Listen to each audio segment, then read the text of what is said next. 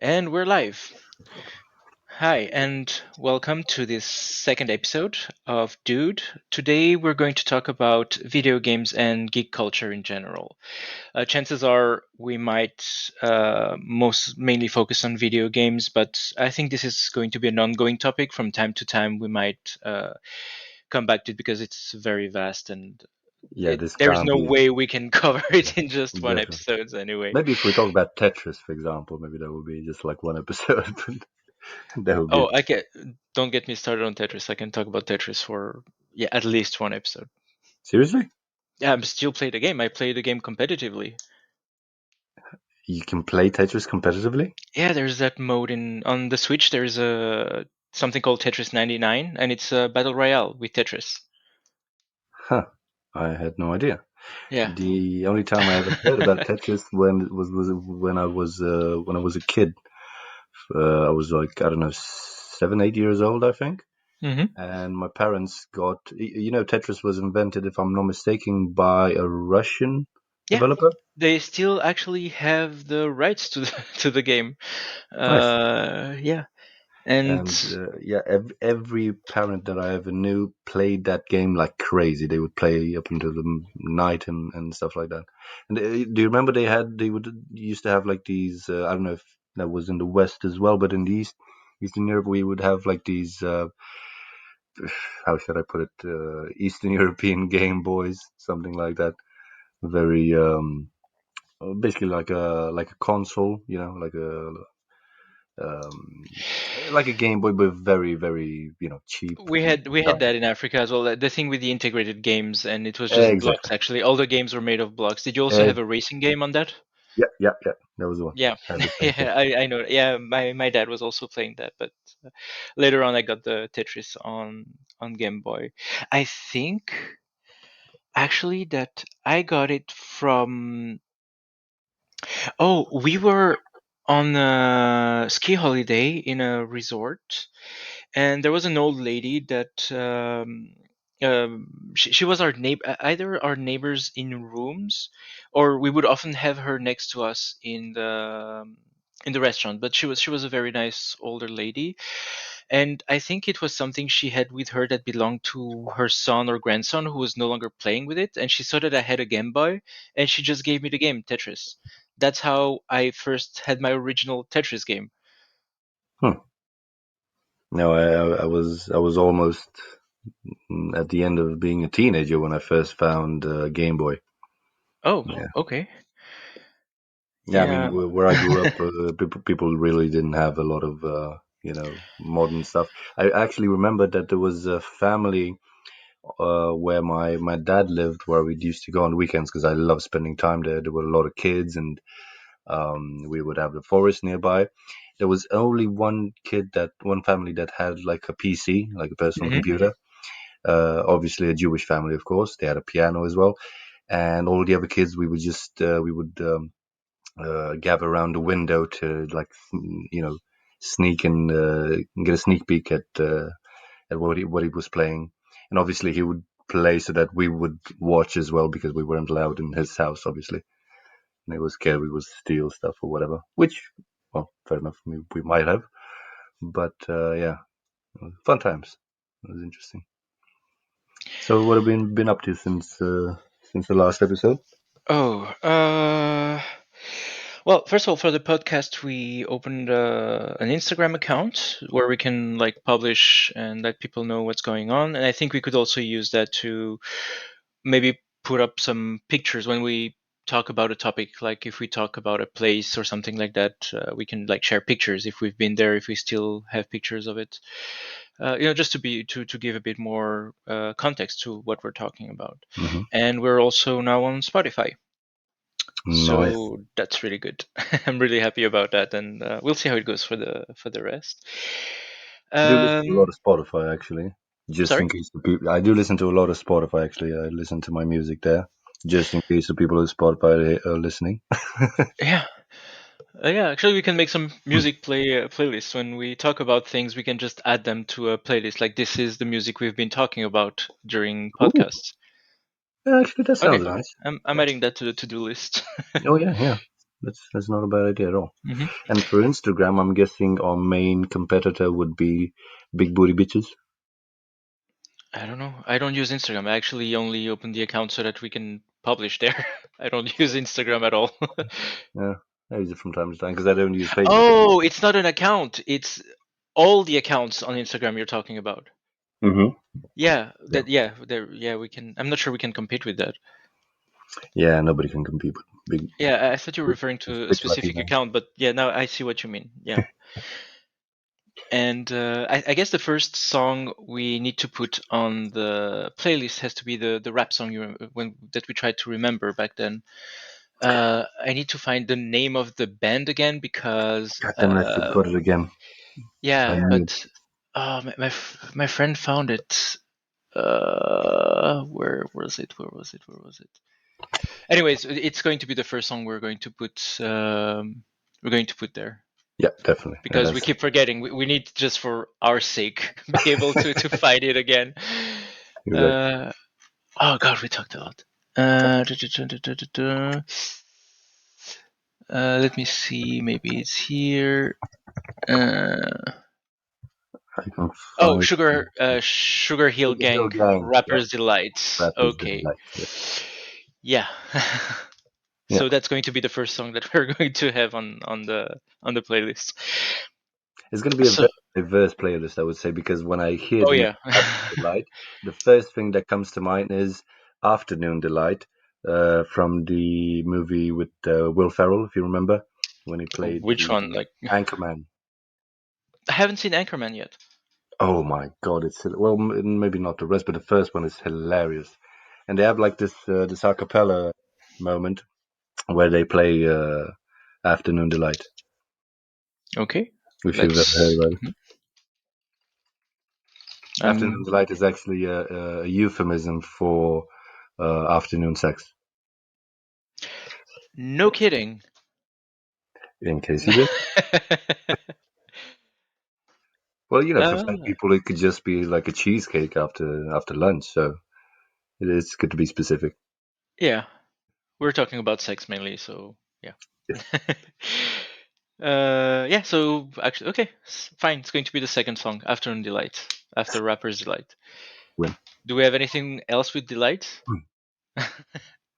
The band Delight, which is DEE L Yeah. E. Uh, they had like a really weird video in the 90s. If you put it on Okay. YouTube, you'll know it. That's going to be the yeah. Okay, delight's going to be the third entry. Perfect. Yeah. I feel better already. And yeah, so this week, when I went to work on Thursday, it was my first day back after a few weeks now because I had COVID a few weeks back, so I couldn't really go back to work. And in I was during my commute, I was switching lines, and then I was something was smelling like burning, and I was like, oh, maybe there's a lot of work in the station I was changing. I was like, okay, maybe something is going off, or I don't know what they're doing, but it smells like burning. And then, but it smells a bit fruity as well. It's like, what the fuck is going on? Like, did they open a cotton candy stand in the middle of the tube or something? But no, I was. And then during the last escalator, I was going down. I start to see smoke following me. So I turned and panicked. I was like, "What the fuck is going on?" And I was the one smoking. And turns Oh, out that my e-cig turned back on. Like I had turned it off, and it oh turned back shit. on, Oh, and it consumed itself to the fuse, and the fuse was actually smoking. That's why it was at first smelling of cotton candy, but then smelling of just burning. And I had to take like the batteries off. I was like, "Oh, is it a problem with the e-cig?" I didn't notice at first that it had just turned back on, and I was like, "Okay, is this going to explode in my hand now?" And it turns out it was just the I don't know why it just turned back on. It was quite annoying. And the thing is that there are a lot of people in the morning in the metro, and no one said anything. Maybe they were Maybe just people felt being it was polite. normal. Like, okay, smoke is coming out of his pocket, but yeah, let's not say anything. It's perfectly normal. Like, Maybe they just saw you and thought, "My God, that guy's smoking hot." or they're like, Literally. oh, look, another asshole smoking in the metro. And given that I hate those people, I felt bad, like that I could have been associated with them. Not that what people think matters, but it's just for me, as a someone who tries to be decent most of the time, I wouldn't want people to think that I would be doing that. Well, I think it's too late for that, but if the same people see you now, you've already put a tag on Oh, you. it was the guy who was on fire the other day. Interesting. Fun story. Yeah. And yeah, other than that, I went with a few housemates this weekend. Yesterday, we went to Honfleur and Deauville, which are two like little seaside cities, towns in Normandy. And well, Honfleur feels more like it's in an estuary. It's not exactly on the seaside. It does have a beach a bit further away, and it's a very sad sight. It looks like a landfill where you just removed all the trash, and it's vis-a-vis like like a dry dock or something like that. It looks like a factory on the other side of the beach. It's quite sad. Deauville was a bit nicer. Well, nicer. It is nice to visit, but I don't think I will go back there. It's very posh. It's where Parisians apparently go as a getaway during weekends when the weather starts to be nice. So it's a city that is full of big boutiques like Chanel and stuff like that. It wasn't the dead center was not that interesting. It was just a big shopping mall for rich people, but they have a lot of very nice houses, and the architecture is very interesting. And it was also the case in Honfleur as well. The buildings were they looked a bit like uh, Holland or Denmark, like the very narrow buildings that are quite high. Yeah. Yeah, and they had very interesting architecture, and they were using a lot of wood, like older houses, where you would see the beams outside of the building, and it Oh, I was love those. I yeah, know. it looked quite nice. Um, but the prices, oh my god, Well, of I course. felt like I was paying way more there than I ever paid in Paris for going out in Really? Paris. Yeah, it was That outrageous. because as far as I know, Paris is quite expensive. Yeah, and somehow this was more expensive. It's like Cannes, but in the north of France. Mhm. So that's how it felt. And in Deauville, actually, they have the American Film Festival. It's like the Cannes Film Festival, but only with like American movies.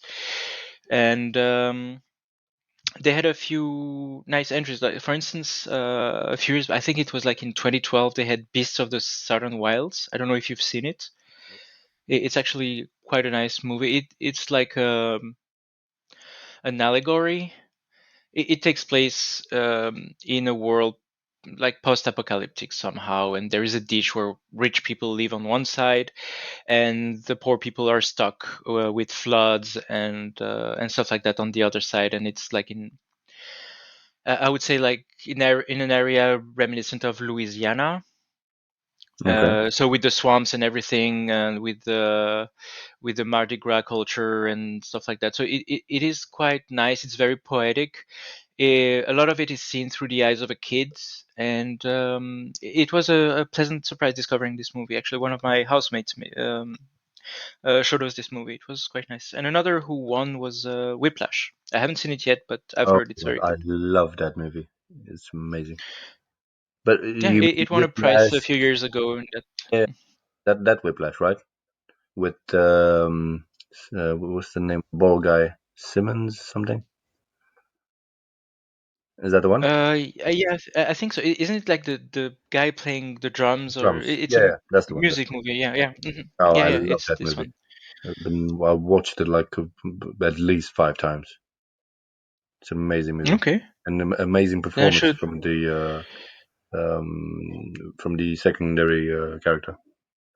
Okay, then I should give it a go. Oh, speaking of giving a go to something, so we got there early in the morning, and the first thing we did is I stopped for a glass of hot cider. Oh, So in okay. Normandy, they are well known for cider. That's what they produce, either cider or poiré, which is the same thing but with pears. And the first thing we saw was a stand where they were selling hot cider. So I was like, okay, this is my chance to try it, and it was very good. I Right. loved it. Yeah, Glad you tried it. with the spices and stuff like that, it felt almost Christmassy. But it was a very sunny Exactly. day and on the seaside, and yeah, it was good. I'm very happy I had that in mind and I gave it a try. Nice. That's good to hear. Yeah. And what's new with you? What happened with you?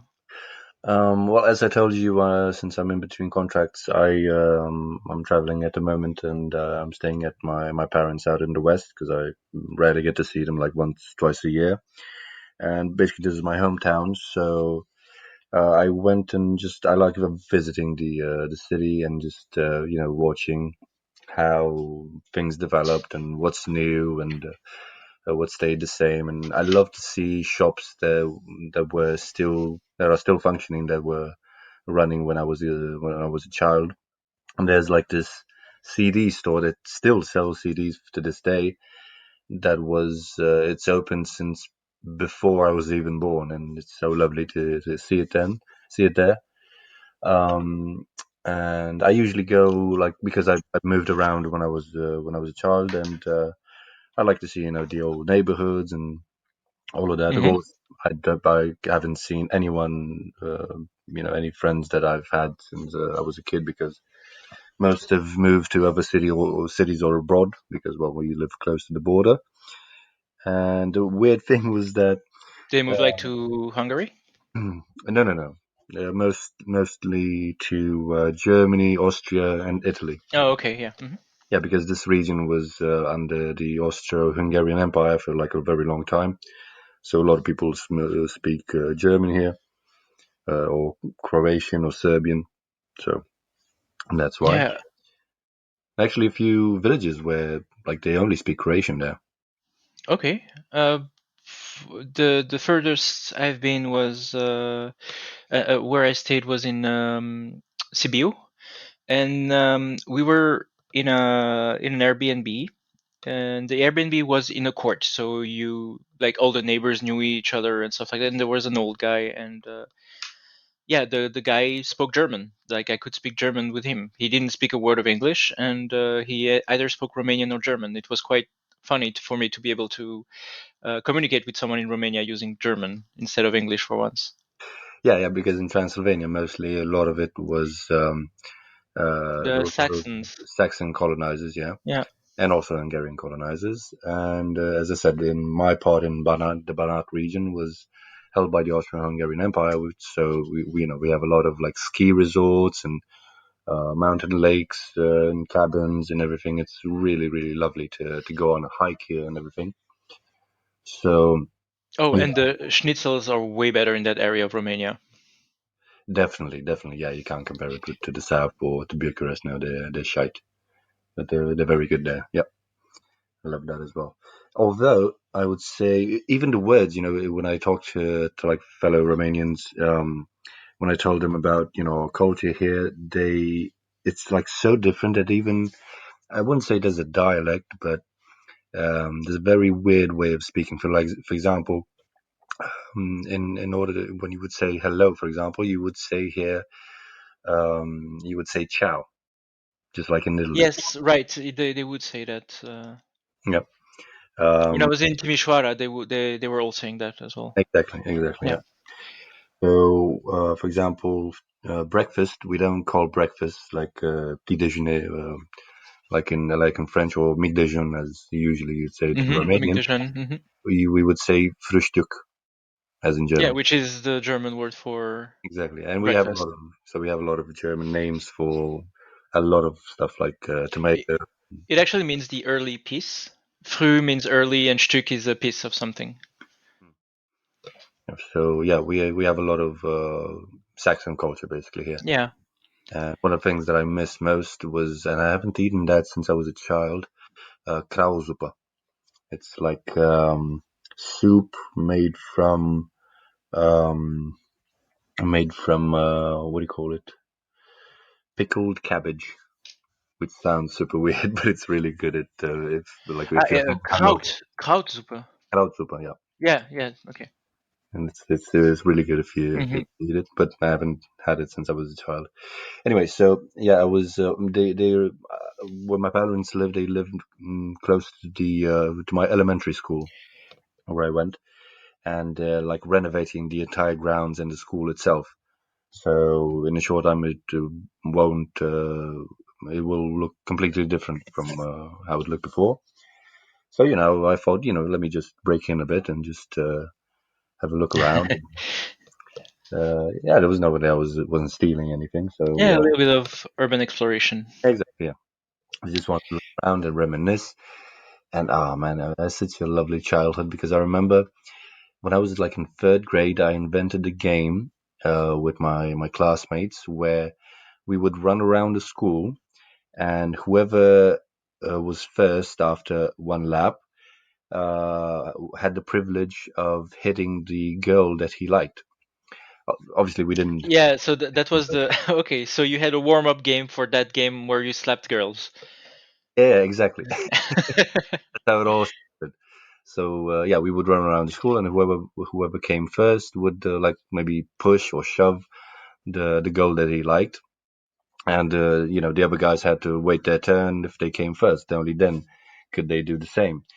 And I actually told this story to a lady friend of mine, and she told me like, "Oh man, you're such barbarians. How could you do something like this?" I say, well, if you think about it, the girls never actually moved farther because they could have, so that we wouldn't be in the same, we wouldn't reach them basically. But no, they stood there because they wanted to know who's the prettiest, who's the girl that got hit by or hit on the most, which is, I think, Yeah, you how, took the hit on way too literally. yeah, and I think that's how the phrase hitting on someone actually came to be. I think I invented it by mistake. Yeah. I'm not going there. That's a slippery slope. But anyway, it was really fun. Yeah, yeah. Well, then again, you were in third grade. You were not like adults, so Oh no, I didn't know what the hell I was yeah. doing. I didn't know what it even meant to like a girl. I just meant, you're pretty and want to be my girlfriend. That Here, was, have a punch.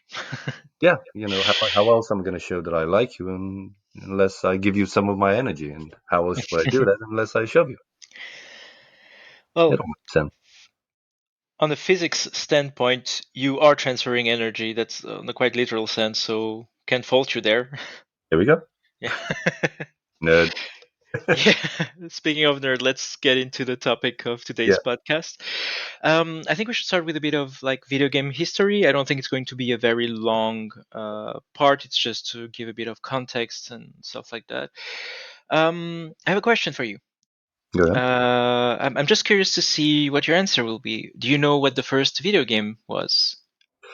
I think it was I don't remember what it was called, but it was the one where you had like a ping pong thing Pong? between the two screens. I don't know what it was called. It was called Pong. It was ping pong. Yeah, that's Yeah. what that was on.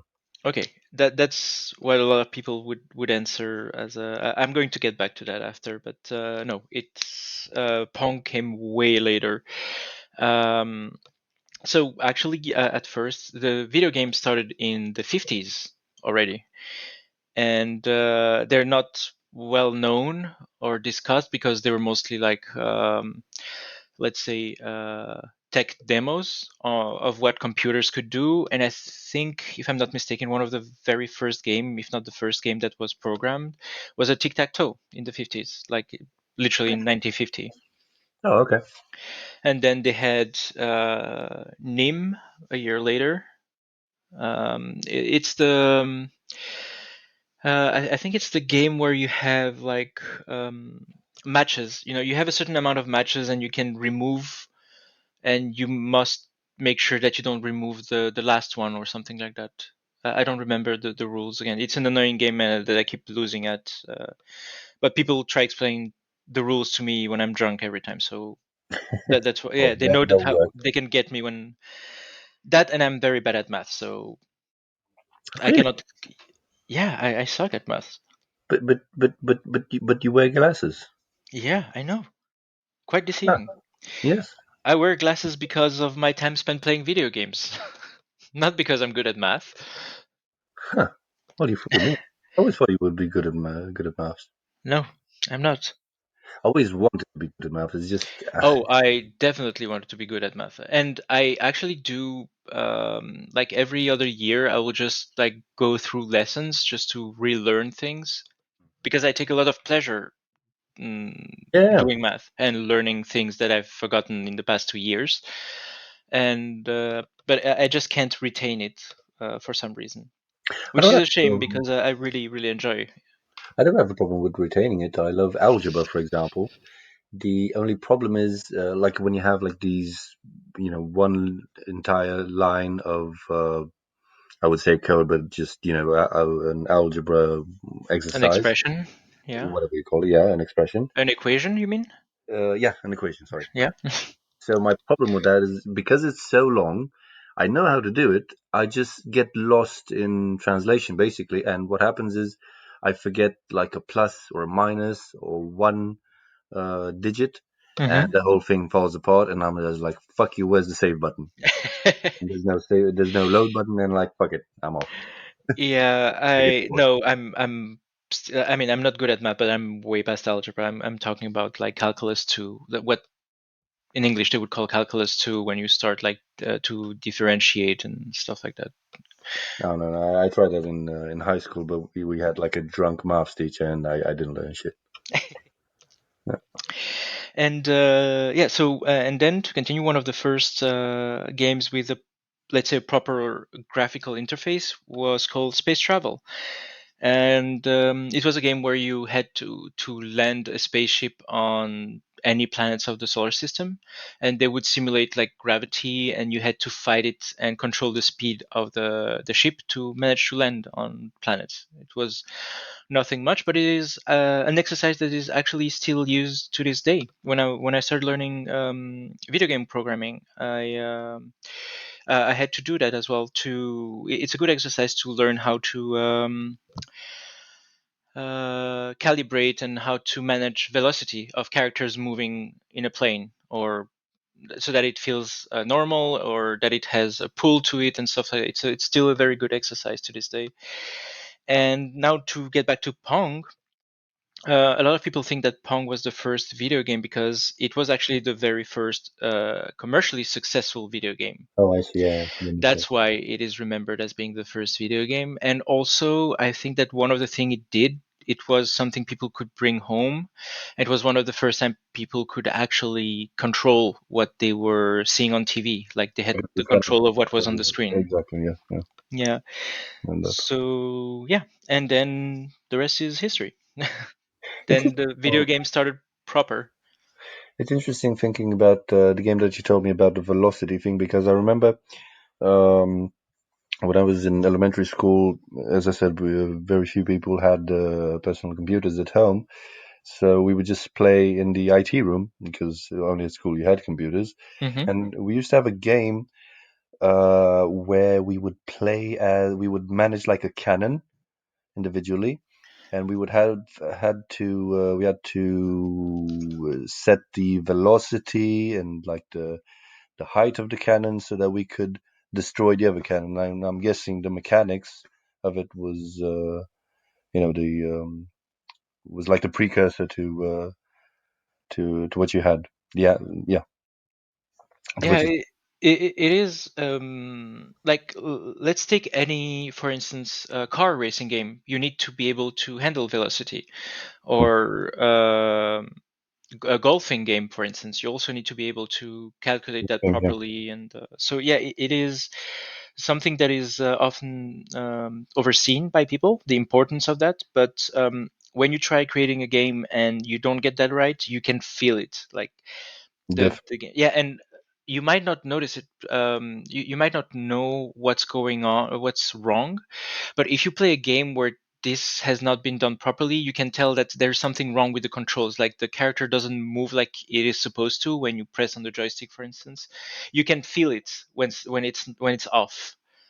Hmm. So it all comes down to maths, basically. Yeah, definitely, it is math, Interesting. So math when and does, physics. yeah, that's what I wanted to ask. When does physics come into play in video games? Proper. It depends if you're doing a physics-based game or uh, because other you can cheat most of the physics in Oh, games unless you're doing something very advanced, and that's usually what you would do when programming. You would simulate something or fake it. You want it to feel right, not to be right. right. Yeah. Yeah, I mean, I know what you mean.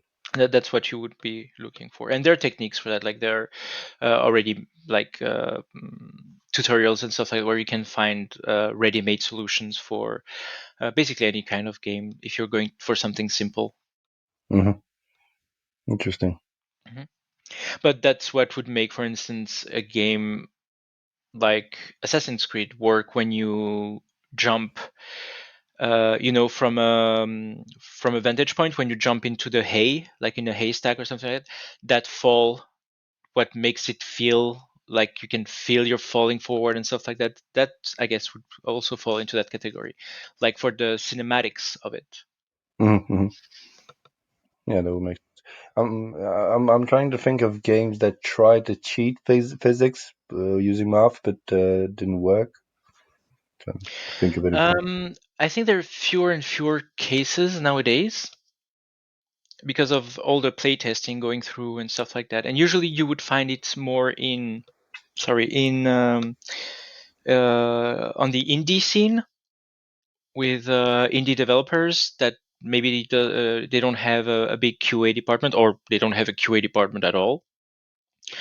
And also a lot with people who, they just buy asset packs on Unity or on Unreal, Hmm. and they just put stuff together and sell it as a game when they haven't done a single thing for the game.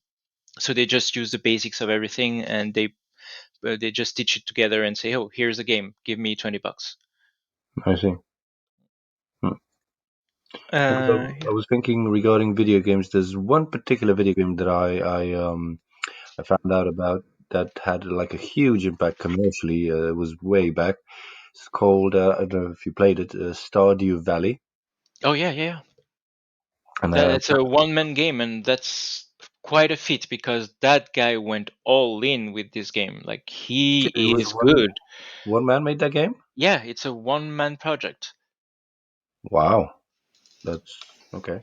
Because what I've heard about it is like it has such a very intriguing story, and things change depending on your actions and that sort of thing. That's something that I'm interested in doing as well. I'm all about the story and everything. Because I kind of feel like video games nowadays, especially from like AAA games, are just they just don't put any effort into it anyway anymore, from what I've noticed. So yeah, that had like a huge impact. The yeah, sorry, I didn't catch the last bit. I was saying that AAA games nowadays, Yeah. Hmm. you've noticed like huge drops in sales for most of them, and it's because they just don't pay the same attention to details, to story especially, as some of the older games did. Because older games like Stardew Valley or Fallout, for example, like the original ones, they focused a lot on story because they didn't have such an advanced technology to work with, so they Yeah, had to they had to make like convey really cool stuff. through storytelling and stuff Yeah, like that. like the ones from I remember from StarCraft, for example. Oh my god, I love those games. Like the deceit and all the invention of game of names, name conventions, and like the Zorgs and the whatnots and The Zergs. Zergs, whatever. Yeah. Yeah, I Very mean, interesting. StarCraft was okay, but I still prefer the superior Warhammer. Yeah, well, when Yeah. I played it, we only had StarCraft. The Well, first few games. I mean, Warhammer didn't really have any prominent franchises when it came to video game until. way later. But like that whole thing, World of Warcraft or Warcraft, let's say, and Starcraft. Blizzard was actually, if I remember correctly, supposed to work with Games Workshop to produce Warhammer Battle and Warhammer 40K games, and the contract I think got broken, and they decided, okay, we're just going to do our own game. Yeah, interesting. That's why you have a lot of similarities, like at least in the beginning, and in what the general picture of those games are. Because yeah, the Space Marines are Space Marines from Warhammer. The Zergs are Tyranids, and the Protoss would be the Eldars in Warhammer. The thing is, as I said, I was first introduced to because back in my day here, we used to play before we bought our own PCs. We Hmm. would play at like coffee shops and stuff like that. They used Yeah. to have, and we would play like all night. And the first games that I've ever played were GTA 2. Uh, Okay. Hmm. was something called Viper Races or something like that. It was Yeah. like a Hmm. racing game, but with the physics involved and everything. Was this? It was StarCraft. StarCraft, yeah, definitely StarCraft. We played that with Brood War, and what else? And then of course came like Warcraft and GTA 3. Yeah, because those were LAN games that you play Yeah, with other people that were sitting in the same internet cafe as you.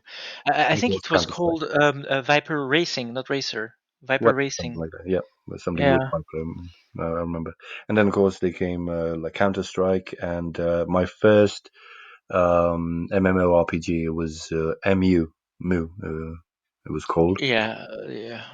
That's an unfortunate It was kind of a shit thing. because we saw like, oh my Yeah. god, you could So. kill whatever, and people would just throw money to buy these accounts. It was so Oh weird. yeah, yeah, it's a sad state of affair. I think we're going to brush on it a bit later, or if not today, but we're definitely going to go into some of the like economics of the video game industry and stuff like that a bit at a later point.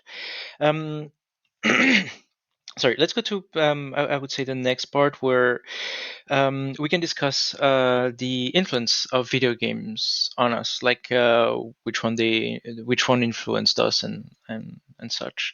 So, what was the first game you remember playing? Like the first ever. That you remember playing? Yeah. Um, I I would say the first one was Mario Super Brothers 2, I think. Hmm. Yeah. I'm sure you had this in Africa as well. The So consoles that came with the game preloaded, yeah, and it was on. exactly. And they Yeah. had like silly names. They weren't like the cool ones like Sega, whatever. We had like or Nintendo. So we had names like Terminator or some shit like that, Hmm. and they're like all sorts of different names. And there was actually a beautiful meme that I saw a few years back with like a child blowing into one of those, Cartridges. yeah, one of those yellow cartridges, and yeah, seeing me Oh yeah, they by had those people. stupid colors as well. They Yeah, were very either completely red or yellow. Yeah, I remember that. you would have to blow on them all the time to make the damn things work. Put them back in, yeah. And oh my god, the games then was so hard. I never finished Mario actually. I Really? only, yeah, only I did something in the game where it just continued endlessly, and I never got to finish the game. I actually never finished most games that I've ever played. Very few games in my life I've finished, and Hmm. there was were games that I really enjoyed. But yeah, those were such lovely games, and they were very different and like very, how should I put it, like current pop music, just one summer hit, something like that. You wouldn't They wouldn't have like a big franchise or anything, but they were pretty cool then. So yeah, I would play Super Mario Brothers, and the most important thing that I remember was that when you put in the cartridge, you would have like this menu of, I don't know, 180 games, Yeah. something Hmm. like that, and there was such a beautiful song that was playing in the background with like a sunset and some birds flying over. Oh, you And had the modern version of that shitty thing because I think had so. noise That and noise. the big clunk clunk clunk when you were switching, like trying to select another game. Like it had a very awful Oh no, no, no, game. mine was lovely. It was the song the song made on a computer, I guess. Yeah, The Righteous Brothers. the You know the Righteous song? Brothers. Yeah. No, just like that. It doesn't. Oh, my darling. Mm-hmm. I hunger for your touch. I Don't just you know the wanted to song? have you sing a bit. That's all. You know, So I'm and sure you know the song. they just digitized that song and played it in the. Yeah, Huh. it's called Unchained Melody. Yeah, Unchained Melody. Wasn't One that the person. soundtrack of Ghost? Uh, I so The movie with the girl doing the I tried. pottery and Yeah, with yeah, what was it, Patrick Swayze or crazy. Yeah, yeah. he loved getting those hands dirty. Yeah, but I remember the song from there, and it was Hmm. only years later I saw the actual song on YouTube, and they're like two brothers, but the one of them who's singing has like the most amazing voice I've ever heard, but also like a beautiful face. He looks like the real life Ken, basically. Okay. A lot of the like I don't know if it's from the 80s that song, but a lot of the 80s guys looked like that. You know that square jaw kind of look and Yeah, deep blue like eyes and yeah, blonde. like Did look like a I don't know if character. you know Modern Talking. Yeah, of course. Yeah, they were yeah, they embodied square face. And but a lot of artists actually looked like that. I love the '80s. You had like rock bands dressing like women, but you still knew they were men. Yeah, good times. And would you say that? So I guess that was also like your first console. That would have been my next Yeah, definitely. question. And One of many actually, because I broke those shits, motherfuckers. You used to um, play with someone, and you would get so mad, and they would be so cheap that you would just break a few of them. oh, did yours? Did the controllers have extremely short cables? Yeah, yeah, extremely short cables, and I That's don't what know.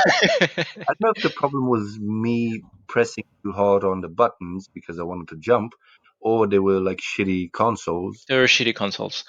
But like they would used to break so damn often when I would the buttons wouldn't work at one point. Yeah, and we would have like racing games or whatever. And a really cool game that we used to play would be Tanks. I'm sure you know Yeah. that. Hmm. I love that game as well. Although I never got far as well in that one because the controllers were not that great. So Yeah. To this day, they're still well.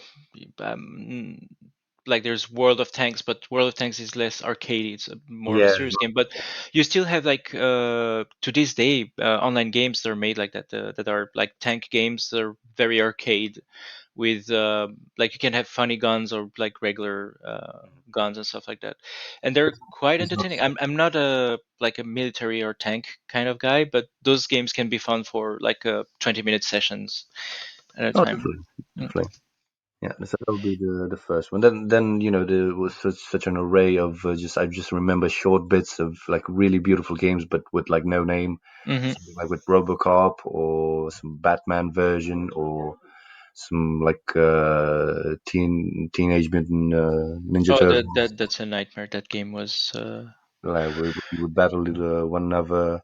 We even had like an X-Men version, and there was one particular one where it was kind of like a Contra game. Yeah. But I don't remember the name, but it was so difficult, and I remember I played that game. God, I cried. I remember because The graphics looked like Contra, or was it? graphics looked like Contra. Yeah. Oh, then again, those consoles could not emulate Metal Slug. No, no, no, they couldn't. Yeah, No. yeah, they could not. Metal Slug needed more power under the hood. Was That was game Metal is really like the good. first game that we ever played together? I think it was, if not the first one of the first ones. Yeah. Yeah. I We enjoyed that. didn't go far. I'm not Yeah, sure. no, Without infinite lives, we could have even passed the first level. Like it was so fucking hard, and I mean, I'm terrible at games. I love video games, but I suck at them. And that's the kind of game where you need to be really good to actually accomplish anything, even yeah. remotely. I love video games, but I hate, like, I just can't. I don't know. Maybe it's a form of if self-respect or something, but I can't play anything under normal difficulty. Like, I Why would just, you do that? I don't know, because well, we're adults now and we don't have that much time, and sometimes you just want to enjoy the game, and just play it. But I just can't bring myself to play under normal because it's like the game is telling me, so you want to play bitch level? That's fine, that's okay. I actually did that last year, I think it was. But the reason was I just wanted to plow through all the because I bought the Master Chief Collection, Hmm. Halo, and I just wanted to plow through the story. So I didn't want to actually really play the game. I just wanted to go through the motions, and I played it on either normal or easy. I don't remember, but just to go through the game. But when I was playing with Smo, my friend, we were playing on legendary, and that was an ordeal. I was basically dead most of the time. He was like I was a sponge bullet for him, so that he could just position himself and snipe people off. But I could not. It was way too hard. And for going back to the first games that you remember playing in the first console, why would you say, if that is the case, why would you say that they were important or influential for you? Phew, why they were influential? Well, first off, it was an amazing, because a lot of let me just get this out of the way. I don't know how it is in Western Europe, but here, a lot of parents, for example, when they see their children playing video games, immediately they have this aversion towards them in the sense that, what are you doing with your life? Especially if you're a bit older and you play video games. And it's only been Yep. a few years until I've discovered that the average age of people playing video games worldwide is 31 years old. And I was like, "Here, Dad, fuck off. Don't tell me what to do, and give me some money to buy more." Like that's an argument that's going to work.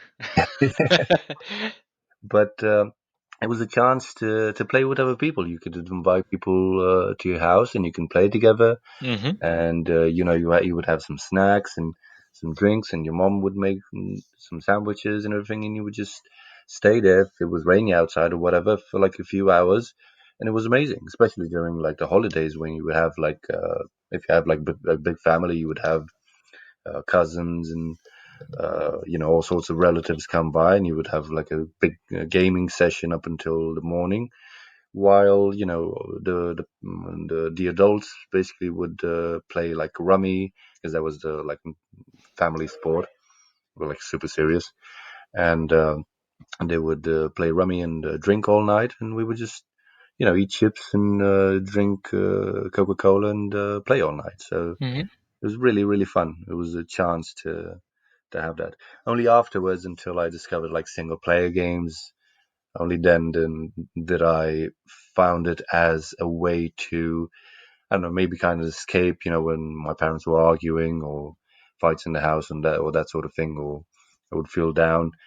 Games would used to be like this way to escape like the problems in the world, but it was just for a short time. It's like something that I knew it's not something permanent, but for a bit of for a few moments, for a few A hours. bit of respite. This is something Exactly. we're going to get back at a bit later, I think, Hmm. because there is way more to be said regarding that specific point you were Hmm. making regarding having an escape or respite for people. How was it for you? Hmm? How was it for you? Yeah, for me, I remember the first console I remember owning was the Super Nintendo, and as I remember, it had Rich just. bastard. Huh? Rich bastard. Yeah, it had just come out. I think it was like 94, so I must have been like 6 years old. And I remember my dad buying it for me as we were transiting on our way back to Africa after coming back from holidays. And we bought it in Amsterdam at the airport because Like the best we had a beginning. layover there, like not a layover. We're just switching planes there in Schiphol. And so he bought it there, and my first game was Super Mario Worlds, I think, or at least the first one I remember really playing. And it's the one with Yoshi. It was the Yeah, introduction of I Yoshi remember. as a support character. And this was actually an important thing because so my dad was extremely busy at work when I was a kid, and very often in the evening he would still take some time and we would try to progress the game Mhm. together, and so he would still like carve out some time after coming home a bit later, just that we could spend some quality time together. So that's why it was uh, maybe that's why I remember it as being my first game. It might not have been, but that's the one I remember because of those memories. Because We would, you spend time with your dad. Oh my god, yeah, those are the exactly. loveliest, aren't they? Where you see the dad getting involved in your activities when you're a kid. It's like, oh my god, are you really playing with me? That's so amazing. Yeah, it was very good. He was getting as upset as I am getting now playing video games. Like video games, like adults don't have the patience for video games. I'm gonna play a hell of a lot of games with my kid. Can't wait. Yeah, it is something that that I'm looking forward to as well. That is, if they're interested. I don't want to make them play if that's not something they're into. But hey, Well, chances are they're going to be into it. Like, let's yeah, my face it. house, my rules. Fuck off. Eh, yeah. Again, that's going to be a topic for another Yeah, podcast, like parenting and stuff like that. This is coming as well. yeah, yeah. And yeah. So, and what was your favorite console and why? Hmm. Well, first off, I didn't have many consoles. As I said, the consoles that we had were like bootleg versions of Nintendo. I did have like a relative who had like Nintendo proper, and I did play the game. What is it was called? Super Mario World, where you had Yoshi. Yeah. Hmm. Yeah, yeah.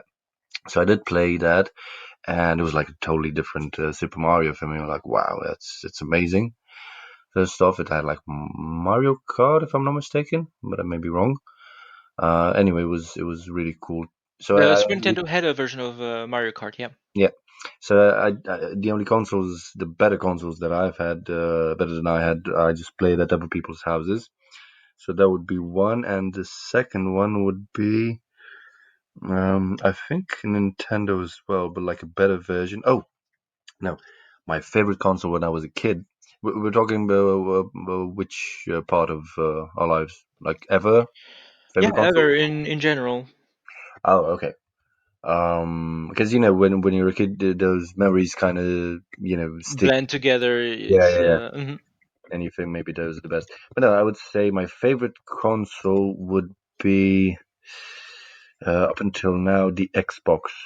Yeah, The first one. because no, Xbox One X would be my favorite one, which is the last one that I bought as Yeah. well. Okay. But that's because my brother was very into PlayStation, so he had like PlayStation 3, PlayStation 4, the PlayStation Portable, the PSP, Yeah. which I loved because I got to play like Rock Band and I played The Warriors. Oh my god, that game was so cool on PSP. It was amazing. You can like steal. I think it was a port from PS2 to PSP because the game was on PS2 if I remember correctly. I remember I just played it on that, and I was like, "Oh, it's just such an amazing game." And Rock Band it was the first like rhythm game that I played. Hmm. And I was like, "Okay, I have the rhythm in me. That's clear now. I can feel it." I just loved it, and used to play in hospital. But yeah, Xbox One X would be my favorite just because of the 60 FPS. That worked pretty well, and the reason why I bought an Xbox, even though for like PlayStation you had like better exclusives, was the controller. Like the controller sold me 100% because it was just so easy to use and would fit in my hand perfectly. No, Okay. that I would say would be Yeah, considered. I like the first Xbox. Well, Xbox in general. I like them for that. I like the controllers. As for my favorite consoles, if I had to pick one, um, I really like the GameCube. The GameCube was really nice. Uh, but I would guess like for every generation of consoles, I've had an association with console and a game that made them Yeah, special. exactly. Yeah, yeah. And if I had to go like chronologically, I would say it started with, as I said, a Super Nintendo with Super Mario World, followed by discovering Zelda. Then the Game Boy and Zelda DX, actually. That was very, very nice. I remember my cousins had the Game Gear or the Neo Geo Pocket. I don't remember, but it had like full color and light, and they were playing Sonic, and it looked like HD back then. And I was with my Game Boy, but I still liked it better. I still liked my Game Boy with Zelda.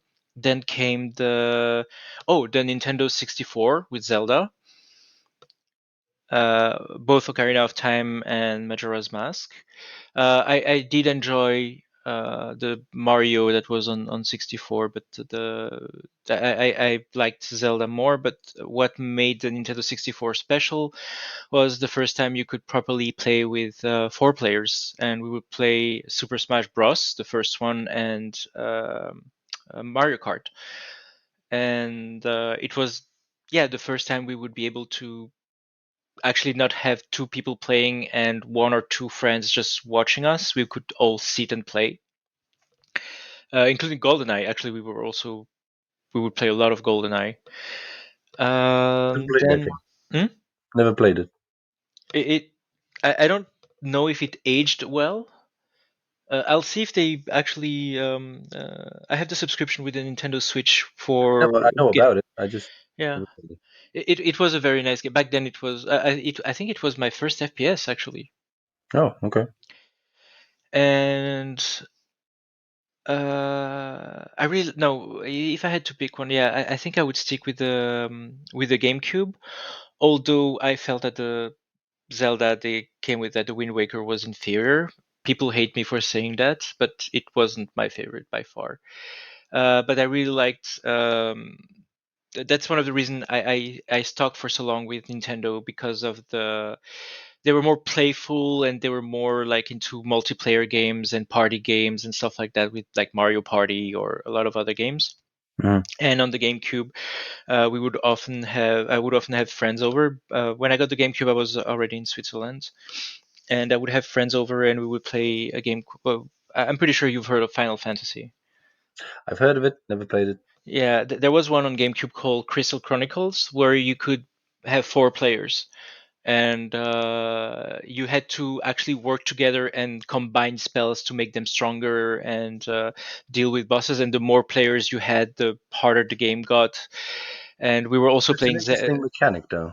Yeah, it is quite nice, because the Spells. challenge goes up uh, with the amount of players, and so that you always have a nice challenge. We were also playing Zelda Four Swords, which was a multiplayer Zelda. Still one of the most fun Zeldas out there. Yeah, I like Zelda. I noticed. Just saying Yes, the you word Zelda makes me happy, actually. I just like that game so much. Um, I really liked the Wii for the motion part. It was nice playing Zelda and being able to swing your sword for real.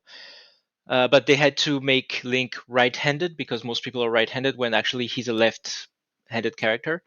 A lot of people were not happy with that. character. They felt betrayed. But yeah, the Twilight Princess was an amazing. I really liked it. It was a very nice game.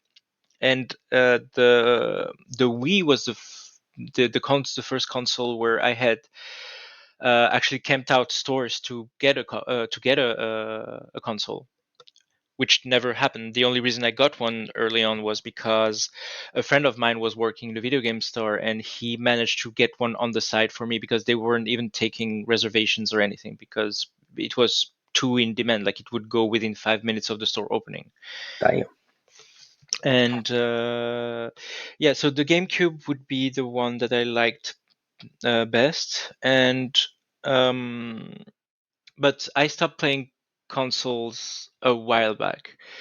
After the GameCube, I was actually not that much into consoles anymore. I had a PS2 and Xbox as well, and then I stopped buying like all the consoles. I would just stick to every Nintendo releases, and that would be it. And the rest I would just be playing on the computer. Like I had become a PC gamer. You switched to Master Race. I get it. Exactly, I switched early on, and um, I have a oh question for you yeah, regarding sure. video games. Which was the most immersive video game that you've ever played? Uh,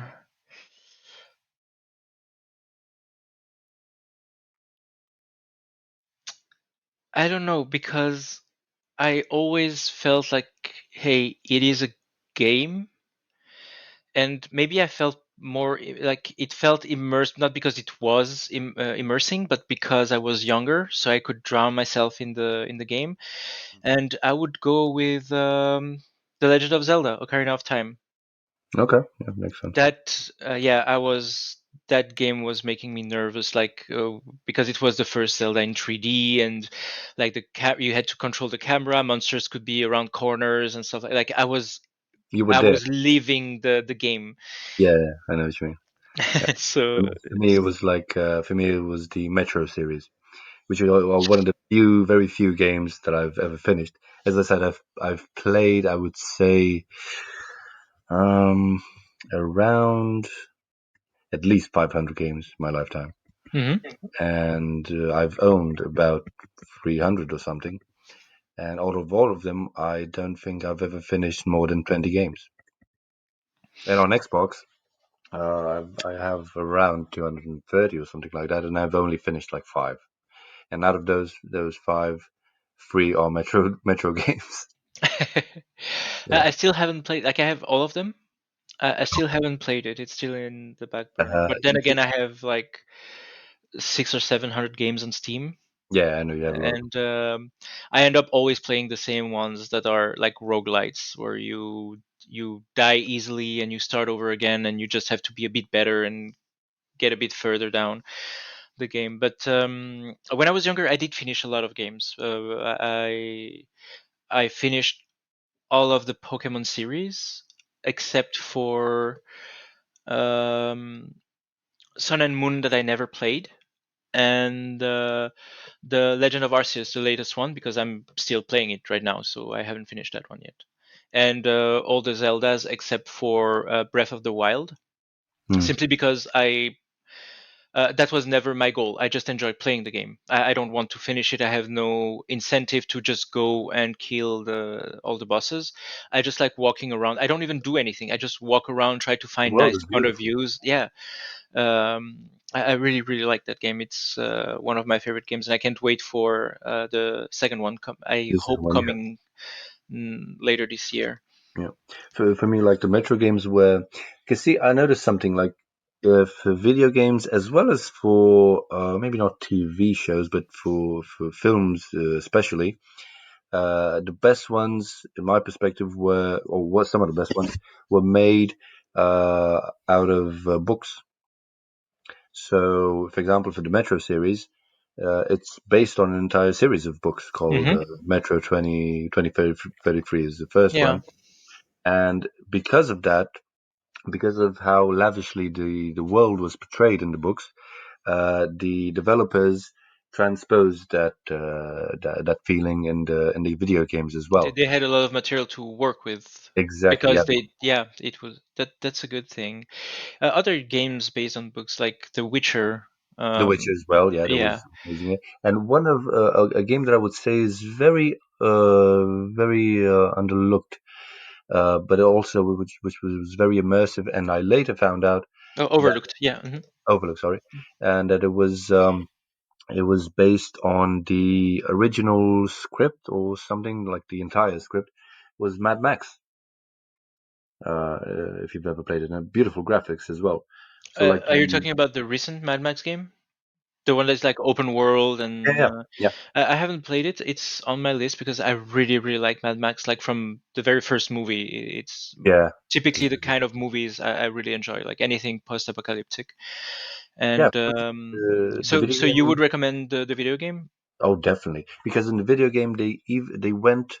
It's because the moment you play it, you kind of feel like the the movies were based on the video games because it has so much content, but everything kind of makes sense. It's very, everything's linked together, and it's a lot of content, I would say. Would you do you know on which script it based? Is it based on Fury Road or is it based on the older movies? Mm, I would say kind of a combination. Okay. Because like the because of the engine, the graphics are amazing. So when you like fight in like a sandstorm and you're attacking a convoy, for example, it looks just like Fury Road. It's that beautiful.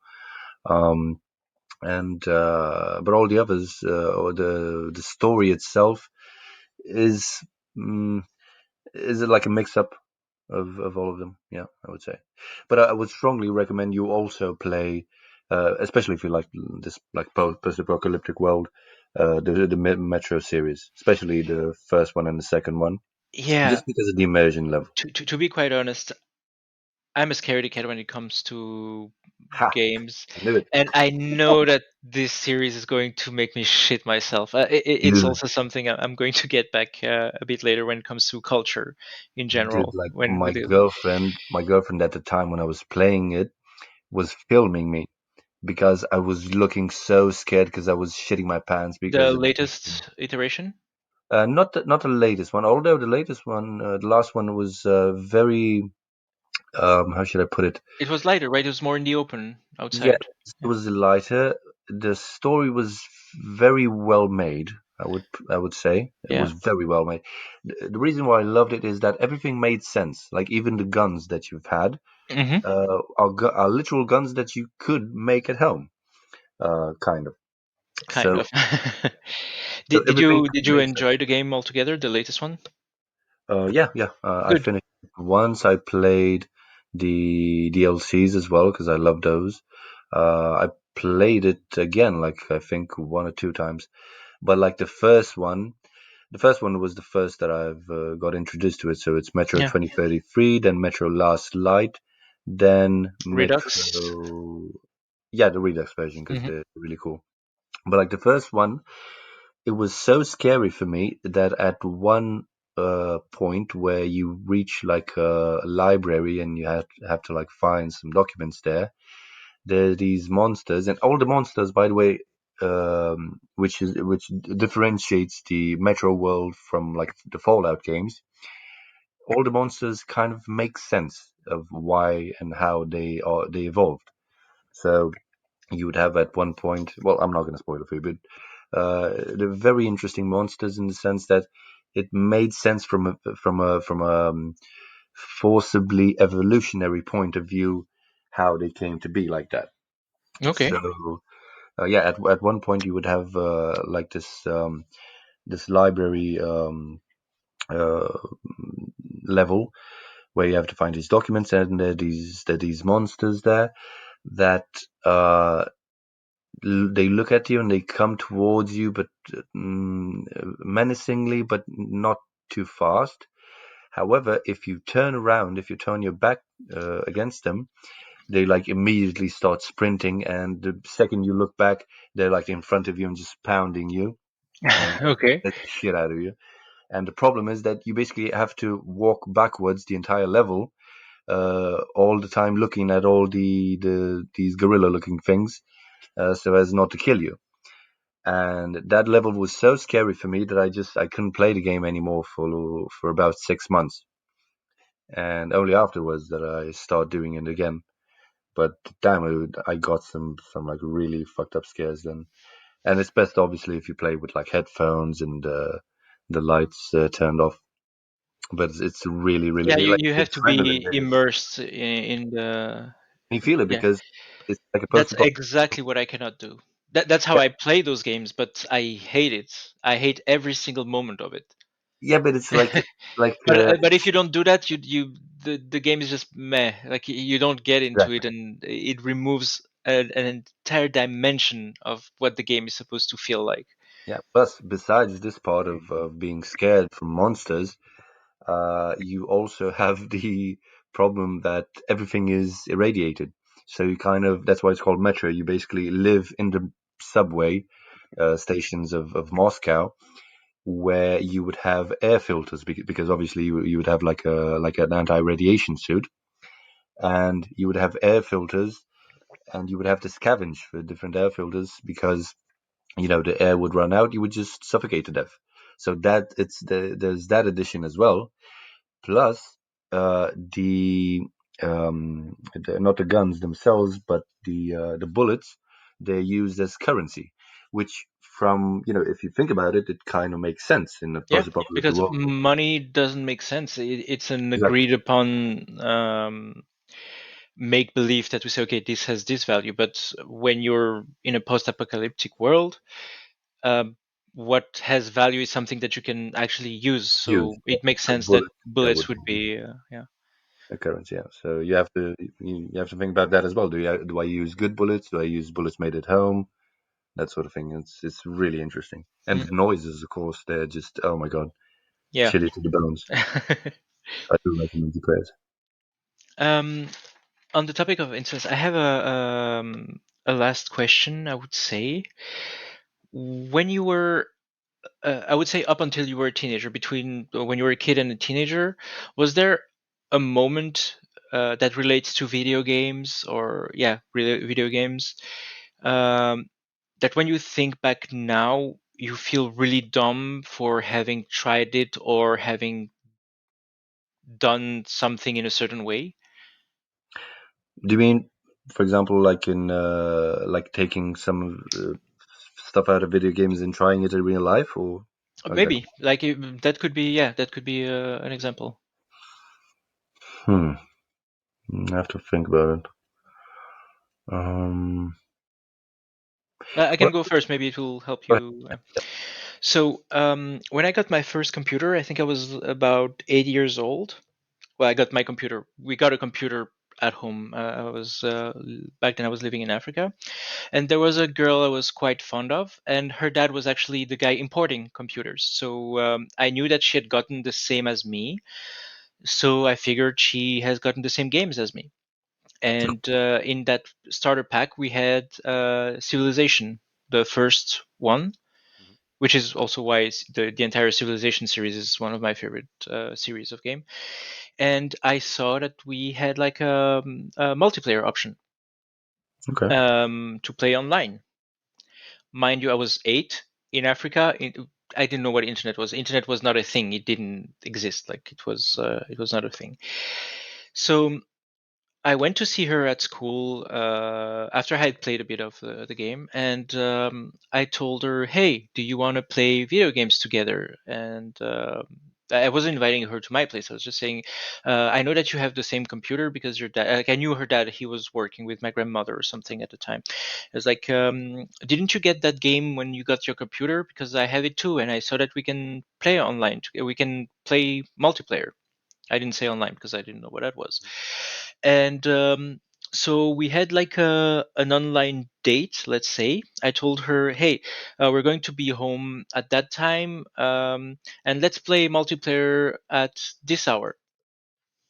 And I was just sitting in front of my computer and trying to click on multiplayer and trying for it to work, because I suppose for me it made sense that if she's clicking at the same time as me, we're going to connect and play together, because yes, of course, that's how things work. And I think this went on for almost a week before we finally gave up. We didn't know why it was not working, but yeah, we it went on for like an entire week of us trying to play at the same hour and see if we would like play together, and it would never work. And we're like, oh well, it doesn't work. Too bad. This is funny. Um, I had something like that, I would say, but not with someone else. I played StarCraft. I had it at home, and you'd also have to click like online and have to like wait in the line to see what servers were on. And back then I had like a what do you call it, the old modem, that if by any chance someone would call and someone would pick up It the would phone, disconnect you or it would something. disconnect Yeah. the internet. And oh my god. And I remember then I didn't know how to play online, so I saw I didn't know English that well then, at least not video gaming English. So I saw like skirmish, and I just clicked on that, and I started playing. And I don't know, I played like I saw that you could choose the number of people that you could play with, which obviously was the AI. Yeah. And I played with like I don't know, 4 or 10 or a lot of people, and I would just write in the chat, attack red or something, or and nobody responded, and I was like, man, what the fuck? We're like, why the hate? And I think I played it for like an hour or so, and they like completely crushed me.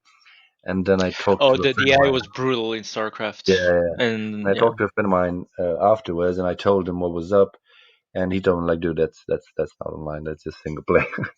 I'm like, okay, that's good to know. Yeah, when we were like internet was not really a common thing, but like for the young people listening to us, we didn't always have internet. We come from a time where it was not a thing. So Right. yeah, And it would have like we this weird squeaky noise when it would start. Yeah, yeah, oh right, that awful noise. the awful noise. And Yeah, you would and have to wait a long time until it got fucking connected. And I used to play because we didn't have like obviously internet games. We would have like these flash games, if you remember. yeah. And Did you I play the used to one love. with the Yeti that was punting penguins? Yeah, yeah. Oh Yeah, my where god, you I had love that. to bat the penguin as far as possible, and Yeah, then the head was so sliding on the ice. yeah.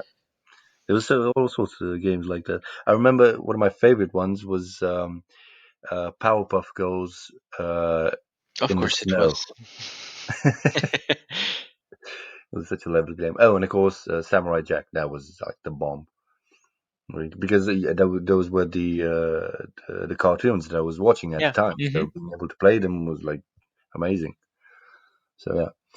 And then of course I discovered Naked Ladies online, which just yeah, that Yeah. that transformed everything. I Actually, had to wait for a very long time before I could watch naked ladies online. how so? No internet in Africa.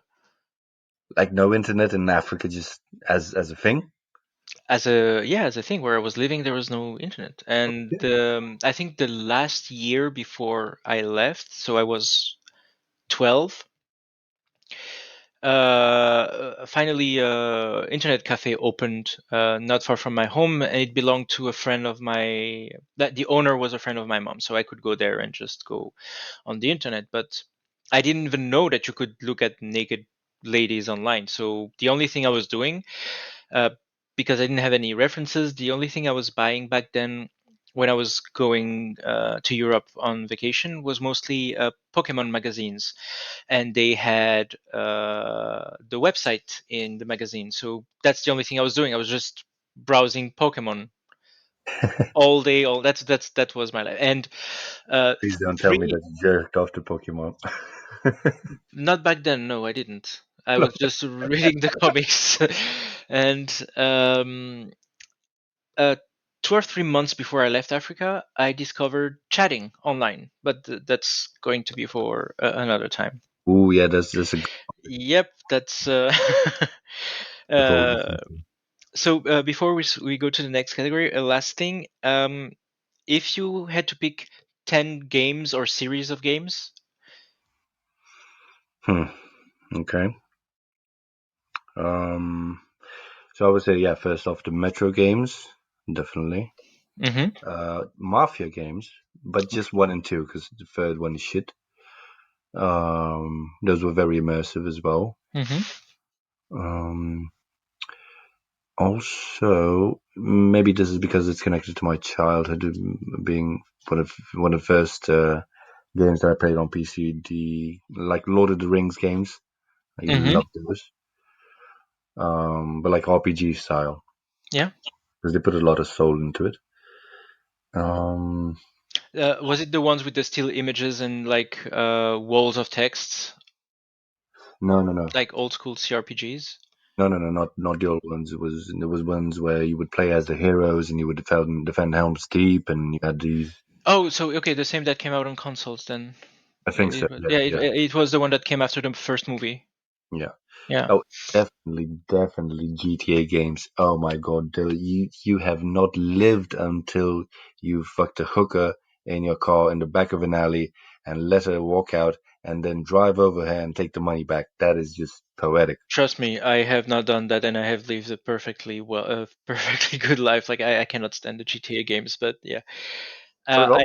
Well, no, I don't like. I tried it. I tried the third one, and no, it was not I for didn't me. like I the just third one, but what was the name? San Andreas. Like the San Andreas one, just yeah, I so played it as well because my brother had it, but I could not get into it. It was just not for me. Like, uh, that was every white boy's dream, man, wanting to yeah, be I a didn't see the gangster point armor. in like grinding for money in that context.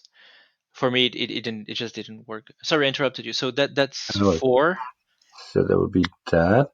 Um, hmm. I would say Mario is just Yeah. as a cultural thing. It's just important for you to Mm-hmm. learn Mario. This is something that we would say like to our future kids. I'm saying. I'm guessing. Yeah. So that would be as well. Oh, I would say rhythm games are pretty Yeah. important. So like things like Rock Band or Guitar Hero, that sort of thing. Mm-hmm. Especially if you have like the drum set and everything. I always wanted that.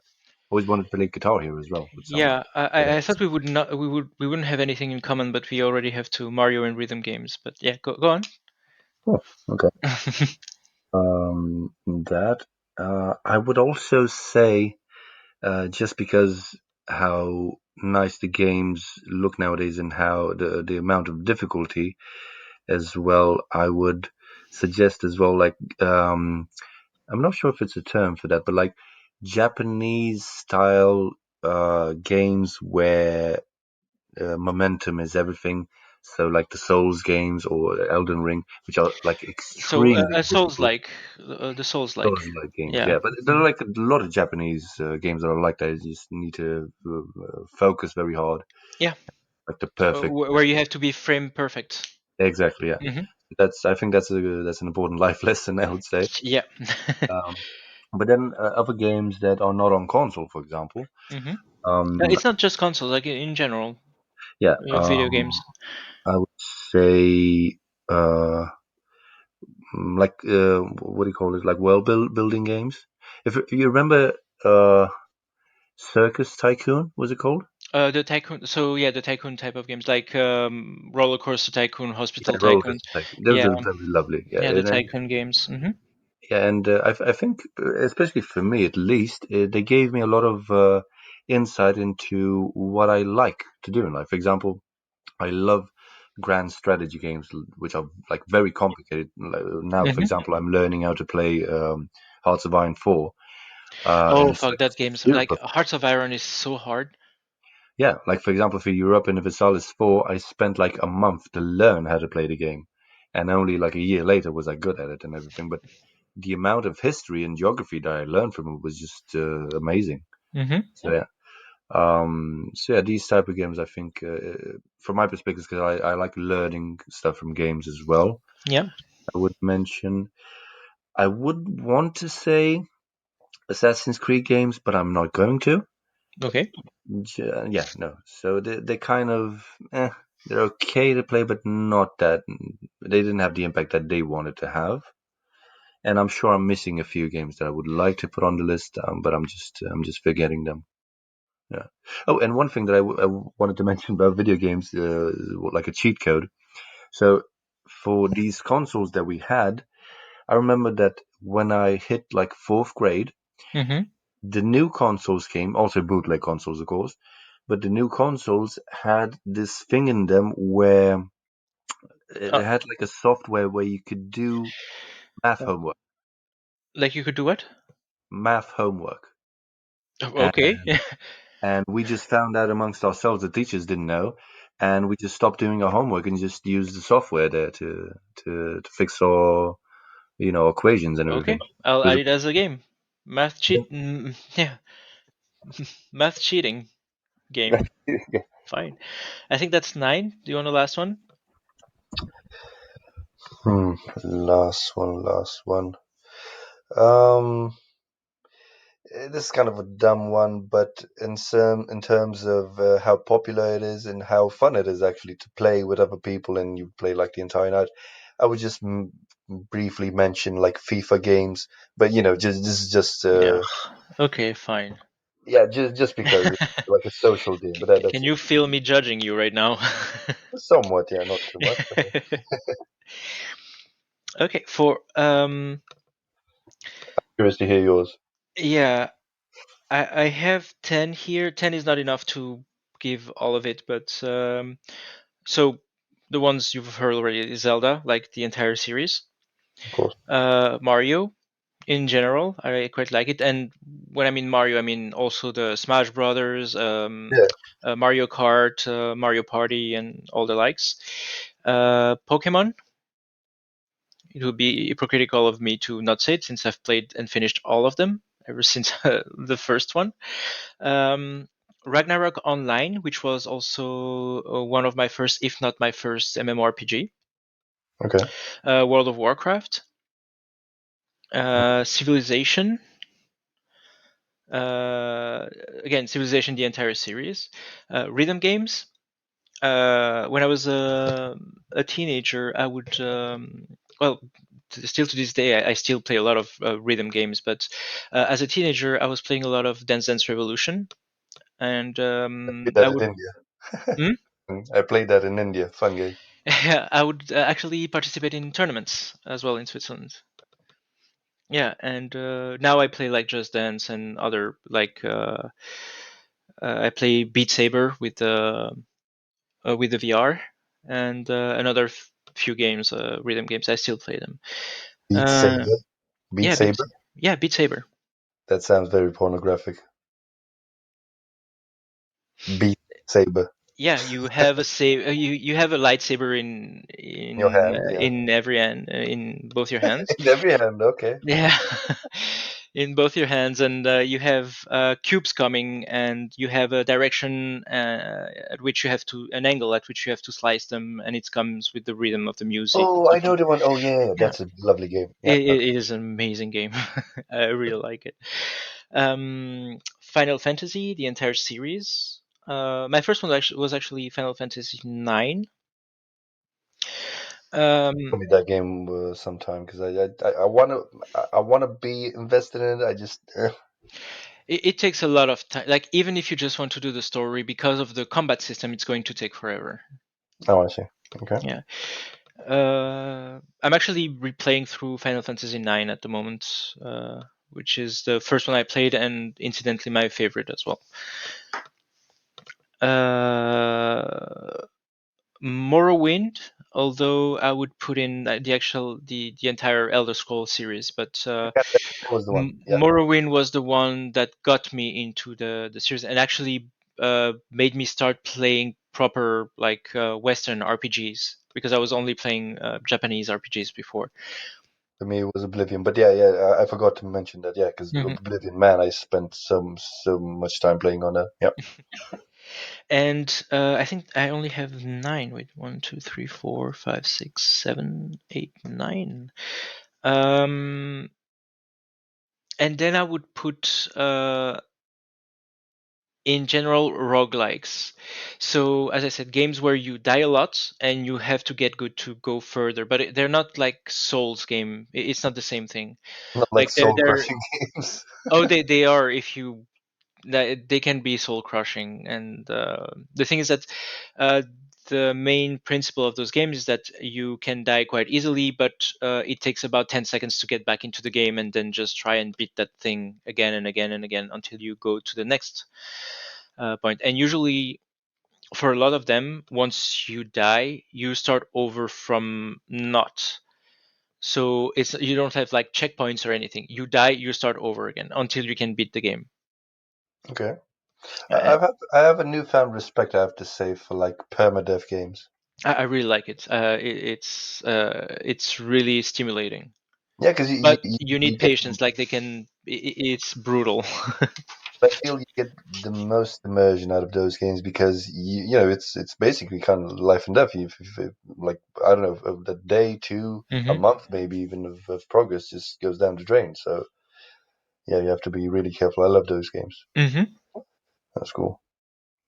Interesting. Okay, yeah. Let's slide into um, the next part where we actually talk a bit more about culture in general and what video games introduced us to, like introduction to general culture or history or stuff like that. So, what would you say? What are the topics that you got interested, for instance, because of playing video games? History, definitely history. Like Hmm.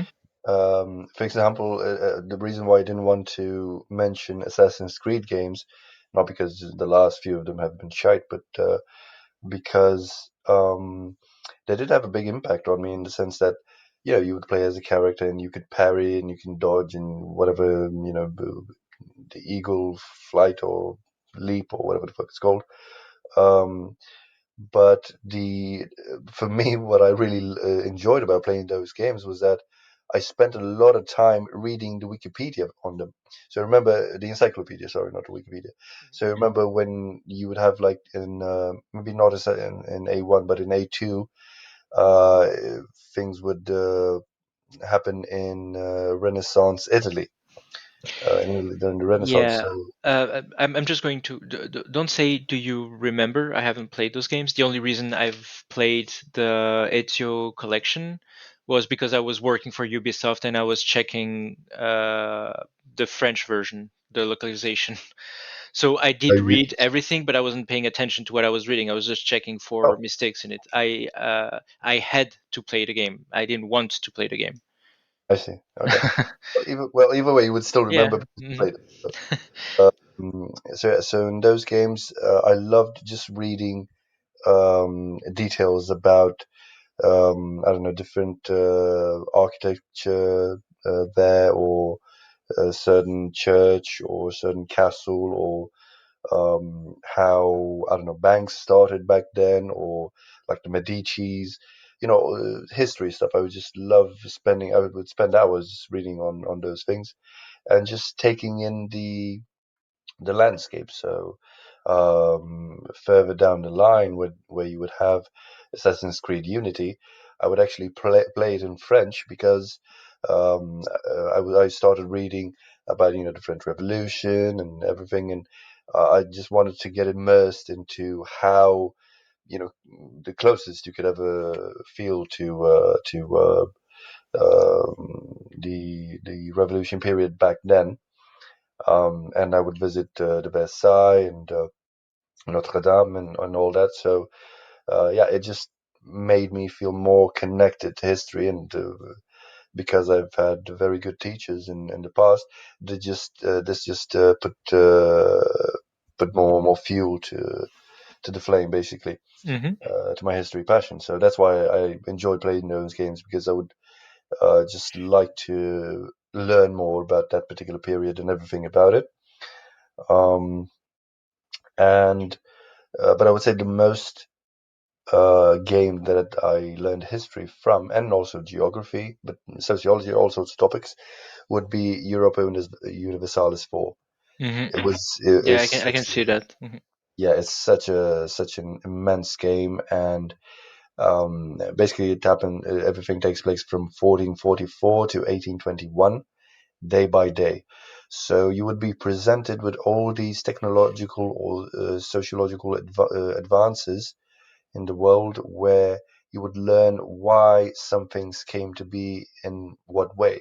So you would learn, for example, about Native American tribes that they would pack their shit up and go to other places, or they wouldn't have like their particular home, and you would understand the dynamics there, or you would see things in That would really depend on the native tribes, because some of them were actually well established, and the U.S. actually based some of their constitution on their way of handling things, like the Iroquois Confederacy, for instance.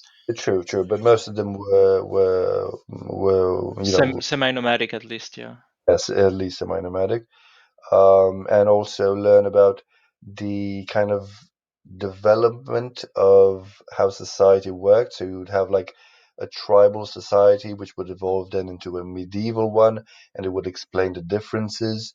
And you would have a lot of text for each of them, and I would just spend hours just reading them, especially concerning like military tactics, because uh, apparently from my earliest drawing that I ever remember was about I can vividly remember it was I drew an attack plan on a village. So I would put in that you would bomb it with like heavy bombers first, and then you would have artillery raining down bombs on them, and then you would go in with the heavy tanks, and then you would go with infantry. And I was like 7 years old, so I was Yeah, kind of so it's always passionate about that part of history. So yeah, I would just read about all these different developments in I don't know in battle formations and the introduction of gunpowder, for example, and what that happened, and Renaissance, and for example, like the what's it called, like when Martin Luther first yeah. appeared, and what happened then, and what Protestantism means, and all that. And I just loved it. It was like reading an interactive book while playing extremely difficult and interactive chess with the computer. So hmm I just love that game. So yeah, that's what I would say I learned most from those games is history. And I had like the I would say because obviously my parents always said, well, you're not learning anything from those games. And at one point we had like a friend of the family come over, and he got a wife from Russia, and obviously we talked a bit more, and she told me that she was from Perm, and I told her, "Oh, Perm, wow, that's nice." And she was like, "Wait a minute, you know what that is?" Yeah, it's close to the Urals, next to this and that. And she was like just blown away. How the fuck could you know that? Like no one in Europe that I ever met knew exactly where that region is, or the history, or because I knew it was an independent kingdom back in the day, and whatever. So yeah, it helped me a lot in my daily life, I would say, in just hmm different it ways. adds to your general culture. Exactly. Yeah, yeah. What about you? Um, I think that one of the first games that had me interested in history uh, would have to be Age of Empires 2, because That's a good one. it came with an encyclopedia. Yep. In the menu, you could actually read up things, and I was reading about those kings and knights and stuff like that, and it was quite interesting. And because it was in the context of a game, I didn't see it as learning. I was just reading because it was in a game, Yeah, that was and the beauty of it. yeah, Yeah, and it's a very. I thought it was a very. Now that I think back on it, it's a nice way to trick a younger mind into getting interested in a topic. exactly. Because it's like his choice to do it. It's Mhm. not mandatory. Yeah, and other things I got very interested in were the Japanese and Chinese culture and history. Um, Japanese culture in general, because most of the games were coming from Japan, so you would see some ways of behaving for the characters, or communicating or doing stuff that would not make a lot of sense, but then you start reading up on it and you're like, oh, that's because it's a common place to do that or to react like that in Japan. And for China, actually when I was during the summer when I moved to no, it was the second summer. So not when I just moved to Switzerland, but the summer after that. I got a PS2 with the game called Dynasty Warriors 2, which takes place between the Romance of the Three Kingdoms. And then I also played some Kessen, but and in the context of that game, you would play any number of the main characters of that. And at first, I thought it was just a video game, so I was just playing them, and I was like, okay.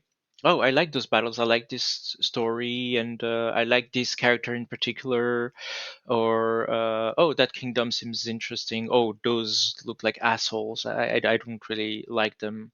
But Shout then out you to also Lubu. play, huh? Shout out to Lubu. Exactly. So definitely Lubu, who was actually working for Cao Cao, Mm. and That he betrayed Cao Cao as well, if I'm not mistaken. yeah, he betrays everyone. Like at first, I think at first he's even not. He was working for Dong Zhuo. Bonjour, and he kills Yeah, Bonjour. exactly, and then goes and work for Cao Cao. And anyways, so yeah, those characters and like, oh, they are interesting and stuff like that. And then you find out that all those battles actually took place, and those people are real people. And then you start reading on their on what they've done, what they've achieved, how they helped shape. I wouldn't say medieval China because it's way before what we would call the medieval era in Europe. Would Uh, be it, not also not ancient because it wasn't. yeah, it's not ancient either because well, they were quite sophisticated, so to speak, and there was a lot of things going on, like a lot of culture that was produced during that period. So I started. Pre-medieval would be pre-medieval would be a good term, maybe. Yeah, let's say something like that. Well, the thing is that I would call it pre-medieval on based on European standards. I forgot how it's called specifically for that period. Aside from being the like the, it is commonly referred to as the Romance of the Three Kingdoms, and and then I started watching movies based on that, and the reason why.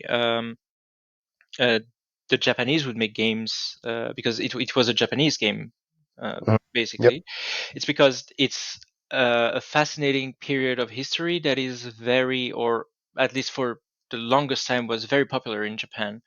So that's why they have so many games based on that bit of history. So that got me into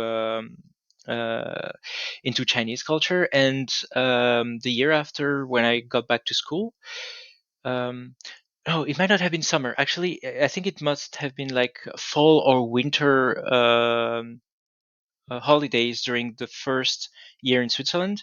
And when I got back to, I went to Paris for that. And when I came back to Switzerland, to where I was living, our French teacher made us read a book that was not really on the curriculum. She made us read a book written by a Dutch consulate, I think he was, in China, and who compiled stories based on a judge, a very famous judge, who was in office during the reign of an empress.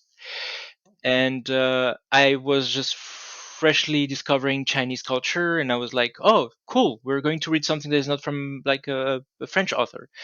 And I got crazy about that book, and like I think it was one of the fastest book I've read back then. And I was asking a lot of questions to my teacher, and she said, "You know what? If you like the book, just keep it."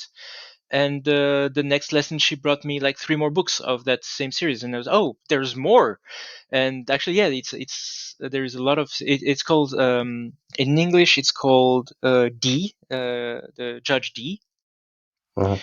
And yeah, I ended up reading most of the book. I haven't finished the entire series yet, but I absolutely love these books. And I read the last one of the series, and I cry quite easily.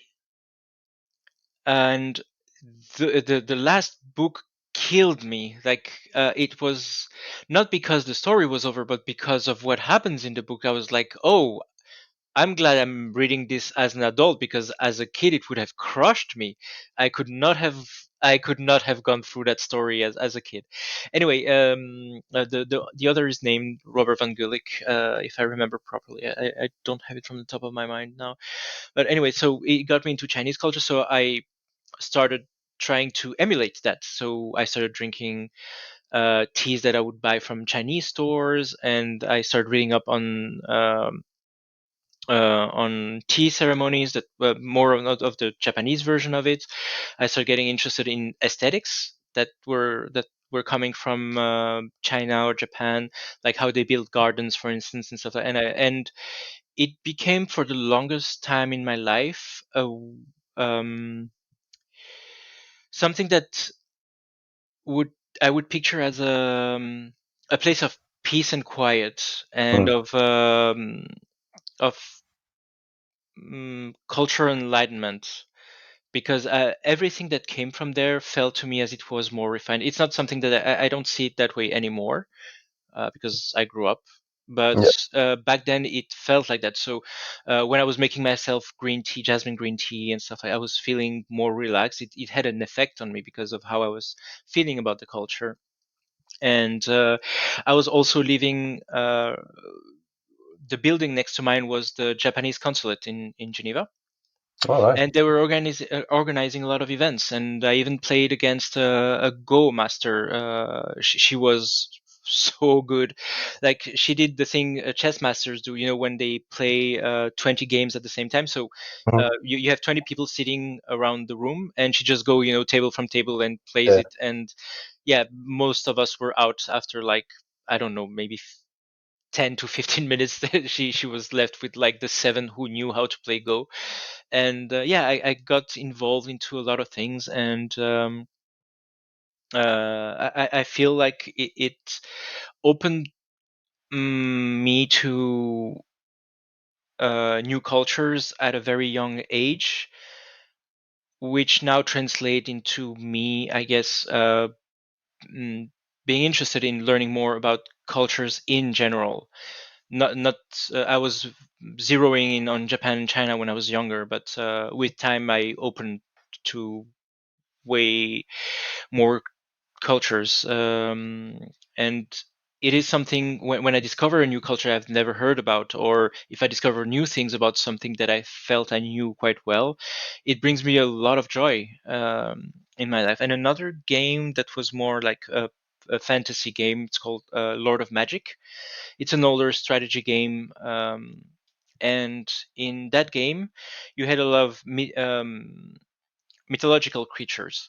And as I grew older, I tried to look them up, like where they came from, what kind of Mhm. folklore they were from. And this opened me to the Norse and Celtic cultures, Oh, nice. which are now some of my favorite things in the world. And that's also one of the reason, if you were to ask me where I would want to live, I would, the question, where do you want to end your day, like where you want to end your Yeah. life or stuff like that. So for me, I would picture it in a house like in Brittany, for instance, because it's a Celtic region of France. And it is something that is idealized in my mind. I have no illusion about that. But it is a land that, uh, to me, breathes that Celtic culture, the scenery and everything, and just the idea of it makes me feel very, very calm and relaxed. And that's why I would picture myself there. And those are things that I don't think I would have been that interested in, or even been in contact with, were it not for video games. And actually, through my interest for Celtic culture, I discovered that I come from a Celtic culture. That mm, the Swiss people of the Yeah. Helvetic tribes are Celts. Definitely. Yeah, and I never asked myself why we were called the Helvetic Confederacy Huh. until way later. And So yeah, it brought me closer to my own culture, trying to go through all those, trying to consume all those different cultures. Isn't that lovely? People say video games, don't teach you anything. I would Yeah. say video games not only uh, taught us in the sense that we learn to have passions for different things. I would say even more so, we learn to, at least for me, at least, learn to see life a bit differently. Like for example, because I enjoyed, and by the way, this is also another game that I didn't mention, the Total War games. Yeah. I'm Hmm. kind of passionate about them, Yeah, yeah. but only from the battle point of view because you can have The 10,000 strategy, you mean the strategy side when you are actually on the field where you have to place yeah, your units and stuff like because yeah, you can any history buff would like to field like an entire army of that. Hmm. 10,000, 20,000 people. So seeing that and how they interact is just lovely for someone who loves history. But I would say it influenced me so much that it made me a lot more logical, I would say, in the decisions that I made in real life. Because I love to play strategy games, that brings with itself a lot of uh, emphasis on strategizing long term and uh, thinking about how to manage resources a lot and thinking like two, three, four steps ahead. And because I did that so often, I brought that way of thinking into my own life in real life. So when, I don't know, applying for a job, for example, or doing a project, I would meticulously prepare before and learn even how to spend my money, for example, or what's the priority now and what's long term and that sort of thing. So yeah, it actually really helped me in real life. Hmm. Yeah, that's it may not have shaped it entirely or directly, but it would definitely have an influence on how you perceive things, Yeah, because you were playing those games during your formative years, like when your brain is still forming and creating those new connections at a younger age. So exactly. it must have an impact on how you think later on. Of course, there were other things as well because I think we both, being similar of age, we not only we actually, I think, one of the luckiest generations because we had we caught the how the world was before the internet, Yeah, during the early stages of the the internet, transition. Hmm. where we'd have like floppy disks, for example, and the youngsters maybe listening would The see save like icon. the same icon. Yeah, we had those like in real life, and we would even have video games on them. Oh my god, the first, yeah, some of the first games I had came on those Yeah, floppy. and Well, you would have like five, six of them for one game, yeah. and it took a long time to install. Yeah, so I had like going out and playing football with my friends, and late at night playing hide and seek. But also when the internet came, we would play maybe a bit of Counter Strike. But then when all the other guys were free, maybe play football on the fields, and later on, playing online while talking with girls on Yahoo Messenger or High Five or MySpace or whatever the hell it was Oh, at that. high five. Oh my god, that's an old thing. Jesus. Remember that? Oh, Yeah, I I tried to had completely access it. forgotten about that thing. I tried to access it, but they're not online anymore. Because I Yeah, had like they really predate dumb pictures. Facebook if I remember correctly. They what? They yeah, they Yeah, predated they Facebook. predate Facebook. Yeah, Oh, yeah, that's old. Oh, really ah, I don't feel young anymore. Jesus, this one hurt. Like the high five for some reason hurt me more than the rest. yeah, good times though. Yeah, it was. I'm And happy because there's no high five anymore because I would have like some really dumb pictures that were because yep. I was young and wanted to people to pay attention and it was just awful. Oh, did you have, because I had both MySpace and a blog when I was a teenager, and I'm so glad that MySpace is still around, but like the old sites are not around anymore, and that's a very good thing. But what I'm really grateful for is my blog as a teenager, because that was oof. If I'm glad Um, there's no way to recuperate it. It's way too old. I don't even think that with the Wayback Machine. Anyways, you would need to have the name to find me, and so there is no way you can find me. But that was. I think I could die of cringe if I were to read whatever I was writing back then and the things I was posting back then. I was a bit more old school because also my regarding cultures, my aunt actually sold me on a book to read where I just it just opened my mind to different cultures and I started reading about different mythologies and everything. It was called Shogun by Oh. James Clark. Hmm. That's how I became very passionate about Japanese culture and especially the Edo period and that and all that jazz. And sorry, I forgot where we were before. Oh, nothing. We're just talking about the influence and cultural impact and the impact Yeah, on but I us. just And oh, what you were saying just before the Shogun, you were yeah. talking about. We were talking about the blogs, and you said, Oh yeah, yeah. I thought yeah. I was I'm a bit more old school, so I actually had a journal, had a diary. Well, at Uh, least no one can. yeah, but it's Yeah, still cringe when I read it, man. It's still like, oh my god, I like at some pages I tried to rap, and it was like, oh my god, what were you doing? yeah. Well, you were rapping. I was writing poetry, and that was not pretty.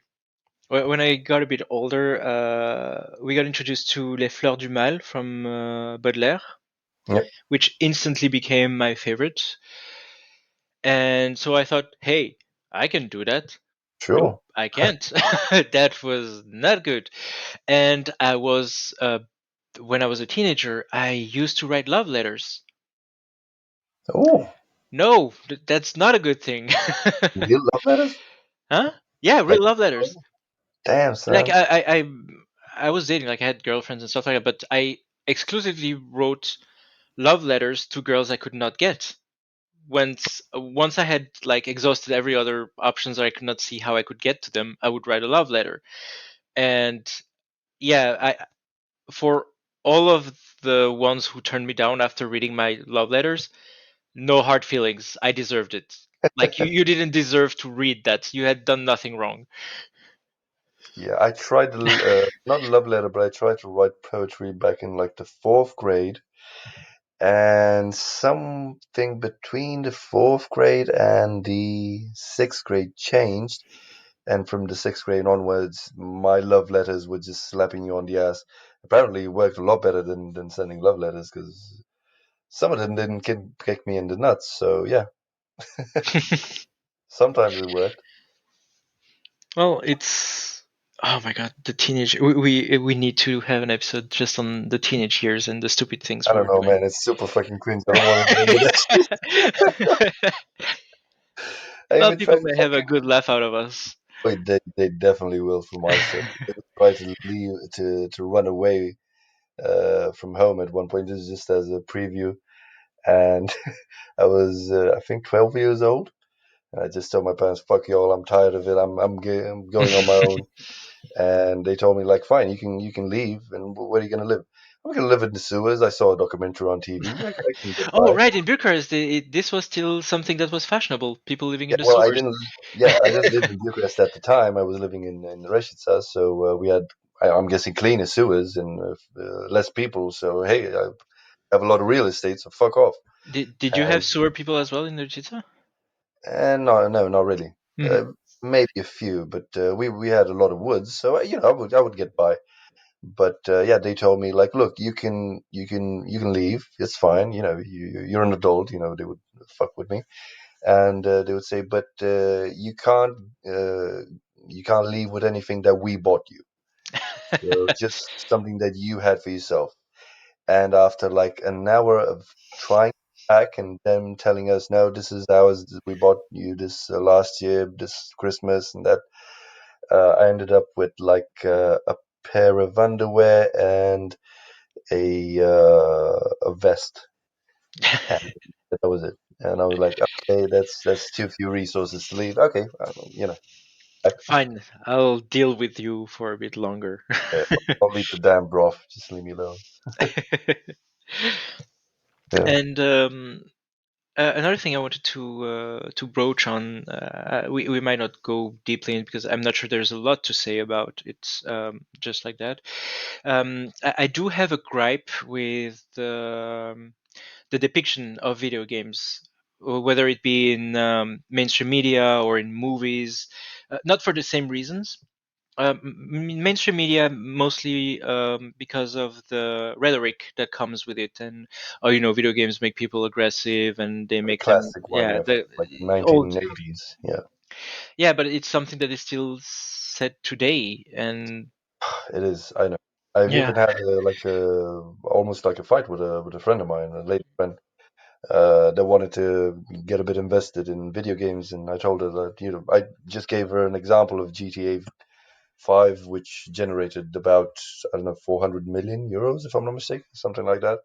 And the moment I told her that, you can kill prostitutes and take the money back, she was like, "Oh my God, we're not developing such a game that makes children be violent." And I'm like, what the fuck are you talking about? No, it doesn't. That's the thing. You can do it virtually, and you know it's virtual. Yeah. I really don't understand it after, because this rhetoric, as I said, this started in like back in the 1980s. So it's been, what, 40 years, and we're still on the same track. It's like the war on drugs. Just fuck off already. It's an unending thing, and although it's less prevalent now, because I Still guess exists. the people are dying out, the ones with that discourse, may they rest in peace or whatever. Um, there are still some movements trying to, like, every now and again you will have a new wave of hate towards video games, and Yeah, you're like, have you tried a video game, like have you tried playing it? And then people try to build up controversy about video games. I'm not saying that it is without merit. It is just the way that it's brought in that feels disingenuine. Like I would think about, for instance, again, we're not going to go into details here. This is definitely another topic, but I think it was called feminist frequency, where girls would play video games and say, I think you've seen the meme, like, see, that's what video games do. They appeal to the male. male fantasy. Yeah, Oh my God. exactly. Yeah, I know. And Yeah, but that's the um, same argument with women's football. It's the same thing. Why does, I don't know, a female character have armor that only touches on her breasts and her lady parts, and because you're not not allowed to have have like, naked characters in video games, that's why they like, cover those parts. yeah, we would definitely have But naked women in video games for more sure. Yeah, seriously, it's usually in fantasy worlds that you have that. Like, yeah, if yeah. you had a proper medieval world, they would not be dressed like that. It's because it's a fantasy thing, and um, it was popularized not by video games. It was popularized by pulp culture, not pop culture, culture, like things along the lines of Conan the Barbarians and all those Oh like yeah, yeah, exactly. Yeah, 50s, lyrics and the 60s like. maybe books where everything was that pulp. Like, it was not meant to be high culture. It was meant to, like, be entertaining, and Exactly. most it's the thing is that when you look at those games, usually they're like action packed or something like that. And Exactly. Yeah. I never played a game because there were girls dressed in a certain way in those games. I played them because the game mechanics were interesting, or because they were uh, they had a nice action going on with the games. And I quite often, when I have the option, I rarely play a female character. It's very rare. The only reason I would play usually a female character is either because it is gender locked, so I don't have a choice if I want to play a certain class to be that character as a female, or if I look up like armor designs for like higher level gear, and it looks better because that's where you're going to be in the end of the game. And they have put more details or something like that on the female version of the armor. That's the only reason I would play a female character.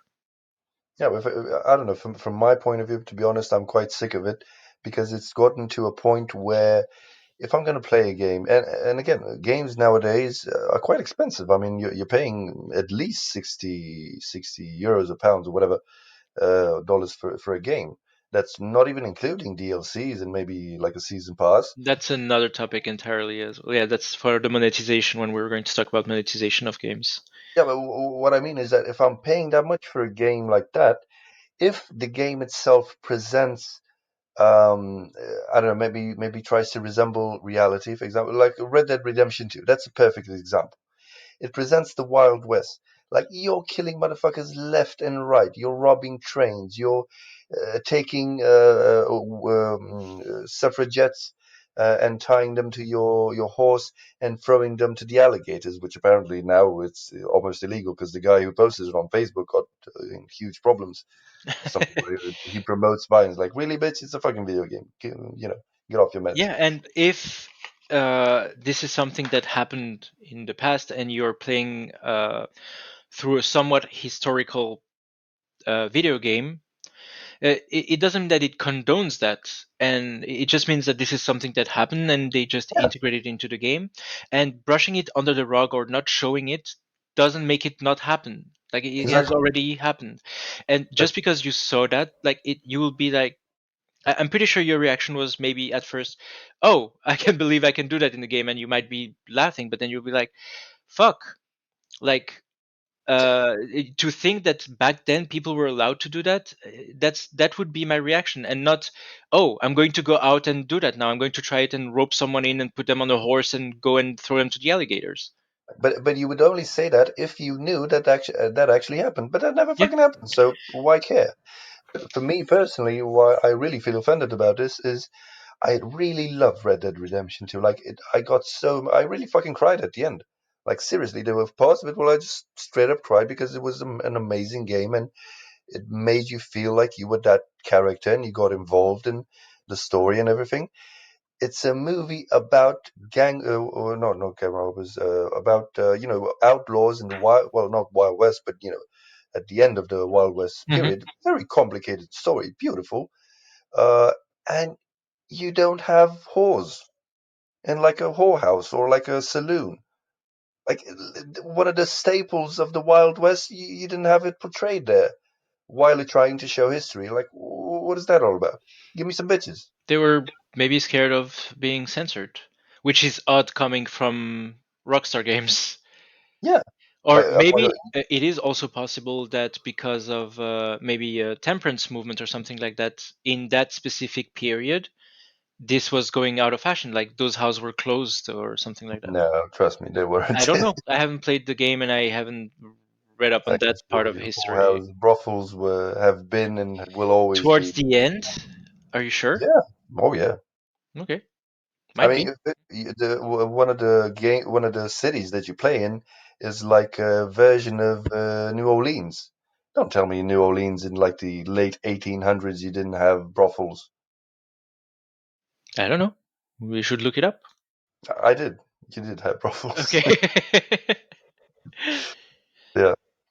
Yeah. Okay. Yeah. But yeah, in any case, it's just a game. It's just a game. Yeah. Like a Yeah. great, I think, hockey player said, "Why you have to be mad? It's only game." Yeah. Well, he sits there with two broken teeth.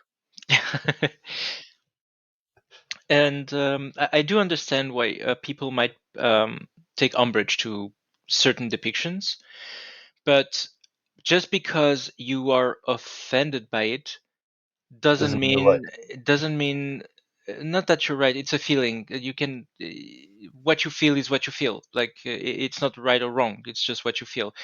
But just because you feel offended by it doesn't mean that you get to remove certain things from, let's say, my games, because um, as a person, and ever since, even when I was a kid, because for instance when I tried GTA I was a kid, it doesn't have the influence you think it has on people. Exactly. Yeah. Yeah. And um, if you and they're just pixels at the end of the day. Yeah. Plus, you have to Use your remember. energy to fight for women who really have problems with guys beating on them. Exactly. That's something you should put your energy towards. Yeah, like in real life, where stuff like that actually happens. Hmm. And I will be, right next to you. More power to you. Yeah. Yeah, that's the thing. That's something I can support. But like I don't think that video games is a main issue at the moment. There are way more important issues in the world than Not an that. issue at all. Yeah, and to get back to the movies part, this is just a pet peeve of mine. It's just how they use like those they put a console in the hands of a kid. I don't know how those kid actors can well, they're actors. That's how they can play those scenes without laughing because uh, like they give them a PS4 and it's making like an Atari game sound and you have those ugly images of a like a quickly CGI'd game or like they one of the I don't remember in what show it was. Like the kid was playing on Xbox and the video like when they turned to the TV, I think it was either Rayman or Crash Bandicoot, and that was so offensive to me. Oh, That's come on. Rayman and Crash Bandicoot, yeah, really? that I The was like, most loveliest did you game, even innocent. pretend to do some research before doing that Jesus. scene? Oh my. And I was thinking of that because earlier today I'm currently rewatching Two and a Half Men, and the kid was playing the Xbox 360, and he paused the game. Like the sound was already off, like it was sounding like a Super Nintendo, like in every other movie or series. He pauses the game, and then you have that ugly, like full pixelated menu, not in 3D, like it's like he was playing a Super Nintendo game, or like not even Super, like he was playing a Nintendo game on the Xbox 360, and yeah, I got offended. I personally got offended by that. Yeah, like do you research? Come Yeah. on. We have Or a huge ask the community. kid. Ask the kid. You don't do Yeah, research. Ask the literally kid. ask the kid, exactly. The kid is Ask going your to child tell like what that. kind of bullshit is this. So I admire that kid for playing through that scene without batting an eye Yes, because exactly. yeah, it Yeah. was. Yeah, but Anyways, this we was more deserve of a pet peeve thing. definitely. I wanted to say that, we as gamers deserve a lot more respect nowadays, considering the entire gaming industry is worth more than the music industry and the film industry combined. Yeah, we are the biggest entertainment industry now. Well, we are So, contributing to the biggest entertainment industry. So well, we should without doubt. have more weight in entertainment because it's the Exactly. biggest one now. Yeah. So move over, Grandpa. Yeah, it's anyways, let's move to the next thing and oh yeah, another cultural thing is when I discovered pen and paper games like Dungeons and Dragons and stuff like that. And I always wanted to play that game. Damn it. Never got the chance. Well, I this week I started writing a new campaign. Might be still so I won't be playing I won't be running it in D&D because I'm tired of the system. I'm not really a big fan of it anymore. I realized that when I started a new campaign with my housemates. So it's still going to be in the same world, but it's either going to be Dark Runes or I'll be going back to Warhammer because I want something that is more gritty and boots in the mud, where like fighting is not the only option. It's actually most of the time the worst option that you have, and you can risk losing limbs and stuff like that. And so I would want that because the way I write jives more with something darker and with like heavier consequences in what players do. Okay. And you can do that with Dungeons and Dragons, obviously, but for some reason it I have a writer's block when I'm trying to write that with Dungeons and Dragons. I did it in the past. My players actually asked me to stop because it was too much. They were like, "Okay, you know what? We can't do this." My descriptions of fights and stuff like that was a bit too much for them. But so I want to start a new campaign where people know what they're getting into, so I don't have to necessarily limit I don't get what it. I What's narrate. I And mean, what's like what's it? Is it too gritty or uh, I won't go into details because I don't remember it quite well now. It was like 7 years ago, but For instance, there was a fight. They were fighting wolves in a region where there was a blight going on, Hmm. and the wolves were affected by that blight. And when they would hit the wolves or do like glancing blows, that blight, that sickness, would have some physical consequences on the creatures. And I would describe how the fur and the skin would peel off and what would appear under it and stuff like, because um, it was like peeling an orange. Like the skin was not tightly like you cannot just pull I skin understand where off, you're like, going with yeah. it. So stuff like that. And so yeah, I had to stop. Like they were But like, what's wrong with okay. that? Because that's really cool. Because you get more immersed into the actual Yeah, fight. I made one of my players cry, so yeah, that's What? So you well, should stop doing your children, man. she didn't have a backstory for her character. And Maybe that's since why. my campaign was taking place in a homebrew, like a world that I created and everything, Hmm. I said, okay, I'm going to write one for you. And I did a story where she had a horse and something happened, and at the end of the story she was crying and she was like, I cannot play that character. This is too much. Like My God, Jesus Christ, gross yeah, and balls, woman. uh, th- I, I am so annoyed that I've lost, because I think that this story was one of my best piece of writing. I was really proud of that story, and it, like, I didn't mean to make her cry, but I did mean to have a strong emotional reaction that would drive the character. And although we changed it a bit to make it more palatable, uh, she had already read the first draft, like the first story, so she still brought that to the game, and it made her character more emotionally invested in the story. She ended up being the most one of the most invested in the story of her character. Funnily enough, her character got introduced during that fight with the wolves. That's when she joined the group. Hmm. Weird. But yeah, I would be really interested in actually playing. It doesn't matter if it's D&D or Warhammer or whatever, but but the idea itself, of playing that sort of game that I used to watch in cartoons when I was a kid, I always wanted to try that. See how it is. Hmm. Yeah. So, and also, I'm going to do it in English. I am Thank not you. a fan of mastering games in French. Why That's for not? sure. I don't know. It doesn't feel right. It doesn't work for me. Okay, fair enough. I don't know. It just doesn't work for me. I think it's easier for me to like improvise and yeah, of course I'm going to lose my words now that I've said that. It's easier for me to improvise, come up with stuff, and also to simply write when I'm writing. It's easier for me to do it in English. It comes easier to me. And for improvisation, I feel like I'm more comfortable doing it in English. I've spent so much time talking in English, and Thinking I want English, to. yeah, something. Yeah, I just want to do that more again. Like I've spent 1 year in Paris now, and I'm already tired of speaking in French. I don't want to.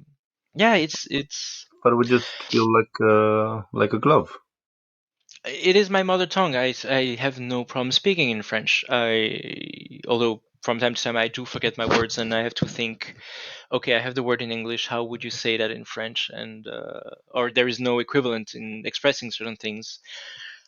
I just So stop yeah, bothering. I just say the word in the language I feel right. So, yeah, no. I started doing that, but I still try to, like, if I'm talking in French, I try to use proper French. Yeah, fair And enough. so yeah, I brought up pen and paper because usually with those games, well, usually most of the time with those games, you have bestiaries. Well, you Ooh, have a list of monsters and stuff like that. I love reading about those as well. Yeah, it's quite interesting, and a lot of them, like most of them, if not all of them, come from folklore. Hmm. They might be Yep. modified version of certain monsters that, but all of them essentially come from, uh, yeah, Norse culture, Celtic culture, Greek mythology, like Greco-Roman, Assyrian. Like it's a melting pot of all this culture, and I think that it's quite interesting to see how you can actually blend all those mythologies together and make them work and create a story out of it. And I really like that. Yeah, definitely. Plus, now with as time passes on and new technologies emerge, especially in the field of archaeology, for example, you find out new stories. Like you remember, we talked previously in the last episodes about Leif Erikson is called the Yeah. son of Mhm. Eric the Red, who made the first colony in Vinland in North America. That was just discovered a few years ago. In the sense that it was truly, It was confirmed, like it accepted. was, It was yeah. confirmed. Mhm. Yeah. So, oh, also a very fun history fact: uh, an amateur archaeologist discovered the actual place of Troy in Turkey. I'm not sure. That was a few years back as well, Yeah, but I'm not sure that is correct. It is. as far as I. I think I've read or heard about that, and someone claimed to have found it, Hmm. but it is not. I'm not sure there is a consensus yet on whether or not it was the actual place where Troy was. Well, either way, For the guy was just an amateur archaeologist, found a huge Yeah, or something. So that's in and of itself pretty cool. I am pretty sure that when I read about it, it was not so long. It might have been like last year or so. Mm, It I don't think so. they didn't have a consensus on that, so I would take that with a grain of salt. Fair enough. Yeah, we can look. Might be the case, but actually, I'm after this, I'm going to look into it now to make sure. But for some reason, it sounded an alarm in my head right away, like oh, I know that story, and something didn't sit right with it. No, okay, we'll see afterwards. I know it was like a few years back, maybe 4 or 7, but Hmm. either way, we'll check it out. Yeah. The next cultural topic is video games and music. So, um, one of the things, so I listen to a lot of genres, but I have periods where I listen more to one or another. And at a period of my time of my life where I was not listening to rap at all or not that much anymore, I found out a few YouTubers or artists that were rapping about video games, and that brought me back into listening to rap music altogether. Like, Happy about video games? yeah, like Dan Bull, for instance. Since you like Assassin's Creed to a certain degree, you should watch his songs about Assassin's Creed. Like his Assassin's Creed rap are absolutely amazing. The Syndicate one is really good. Interesting. And he rapped about a lot of Ubisoft games actually, like the Ghost Recon Wildlands. The Wildlands one is a very very good one, and he did one for what was the name of the car game that Ubisoft had? Oh, hmm, fuck, I forgot. I have to look it up because this is Definitely not Need for Speed. no, it's not Need for, but it's in this like it's Yeah, kind yeah. of so Ubisoft car game The Crew, and maybe? the crew, yeah. So he did a rap with the crew that was quite nice because he was saying a sentence and then he was saying the exact same sentence with synonyms. Oh, okay. And the symmetry of the song is so amazing. It's really really good. Interesting. I'll definitely put a few links to his songs in the either in the playlist we're going to create or maybe on Instagram as links to his videos to bring some traffic his way. This definitely would be one that we should add to that playlist since we're talking about video game songs or music. Hmm. Uh, One particular series of video games that I absolutely enjoyed was the Hitman series Yeah. because you would have to take your time with that damn game. And I love the songs in them, but one particular stood out, um, called something like "I'm Just Another Kind of Girl." Okay. Um, yeah, I'll find it. But also, besides that, the first time I've ever heard the choir song "Ave Maria." Oh yeah. Hmm. And like it's the first time that I heard it, and I was like, "My God, this is amazing! I couldn't believe it. This is beautiful." But I have all sorts of songs that I've heard from video games that just stuck with me. If you've ever played Far Cry in Far Cry 4, if I'm not mistaken, when you're burning the weed field, like that, I love the symmetry when So Far Cry 4 is the one in the mountains, like in the Himalayas. then The one maybe where you burn the weed is the third one, where the third one. you're with Voss or Vess, I forgot his name. You know, with the Yeah, definition Voss. of Yeah, madness. Voss, yeah. yeah, yeah. And yeah, that song is like just hit perfectly on that particular scene. And I honestly find it very, very interesting how good those sound guys are to find like the perfect music to go with a particular scene or a particular action. hmm That's very interesting. that is, yeah. The well, it's a job like for movies. You have to find the perfect score for. That is, if you're integrating songs that are not made for the game, you have to find the proper songs for moment to moment gaming, which is not that easy, I think, to pull.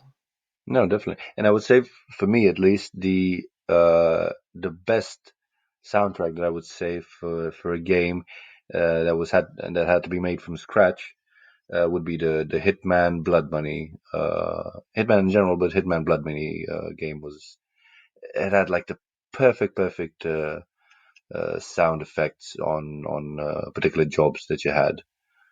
Yeah, so when you would kill someone or someone found a body or that sort of thing, or you would reach like a higher level and getting closer to killing your target, and the adrenaline started to rise in you. It was And the just music would follow the action. yeah, Yeah, which that's good is very because very yeah, well made. it is. The music is also part of the UX, so the user experience and how Mm. it can lead your emotions, like to get you invested in what's going on. It's if you do it right, it's a very powerful tool for game developers. Yeah, yeah. Also, another one would be like the Lord of the Rings, the like the War of the Ring and those RTS type games. hmm But it's the credit is not really towards them, but more towards the original sound makers of the movies because they would just use those sounds, but they still fit perfectly in the game. So Yeah, that would be I can see how, because um, what the movies are lacking, mainly because it might not be like in the books or like described as well in the books or so, are like big battles and stuff like that. So yeah, you yeah, and the Lord of the Rings soundtrack has a lot of very powerful music that could really crescendo a battle, that could really punctuate certain moments in a battle and stuff like that. So I could see how they could have a very good use for the RTS games. definitely. And yeah, for me, I so when I was a teenager, I was playing the piano, and the Oh, reason I was playing the piano was, well, one of the reasons was that, so as I said, I was playing a lot of Final Fantasy games when I was younger, and I really like the music of Final Fantasy. And what they did and still do to this day is that all of their songs for every of their game, or most of them at least, have a classical version, or like they play like symphonies, or they're played by orchestras. They have like orchestral arrangements, so you can buy albums of all the songs, but play by a very very good orchestra. And that's smart I marketing. like those classical versions of the songs, and I was like, I want to play that. And so I took 2 years of piano when I was a teenager. Do you still know how to play it today? Oh, I wouldn't know. I guess if I took some time to like read some sheets and play around with the piano after a couple of days, it could come back. But I was never good at it, and it's been 15 years, like over 15 years now. So I Fair enough. still know how to play The Lion Sleeps Tonight, but yeah. And so the Swan Lake. Na na na na na na Mhm. na na na na na na na na na. I should go to my piano teacher to try to play that next time. Yeah. That could work.